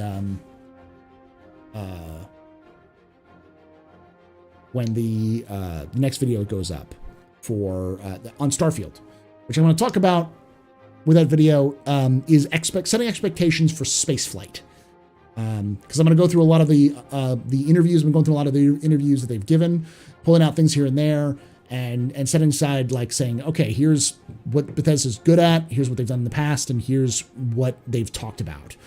And I'll give you the short version of it, which is, if you're looking forward to Starfield, do not expect No Man's Sky, Elite Dangerous, or Star Citizen. Expect at most the first Rebel Galaxy without third person. Limited interactions through space travel, but space travel.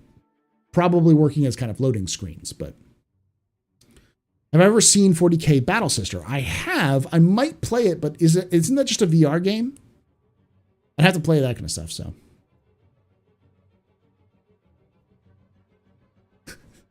Thanks, Paul. Night all. My mom always told me if I wasn't home in bed by 9, I should come home. Go home, Taylor Gator. Go home.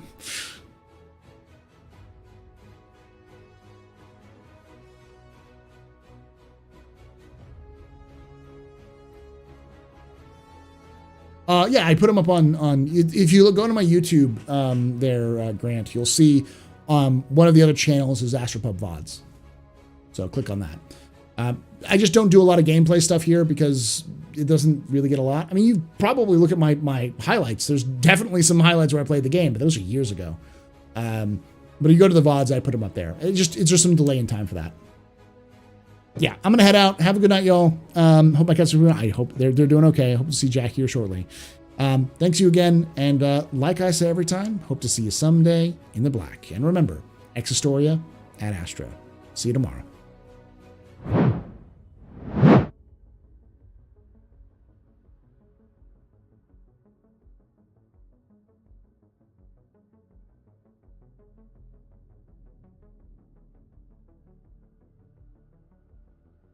Barcelona! Barcelona!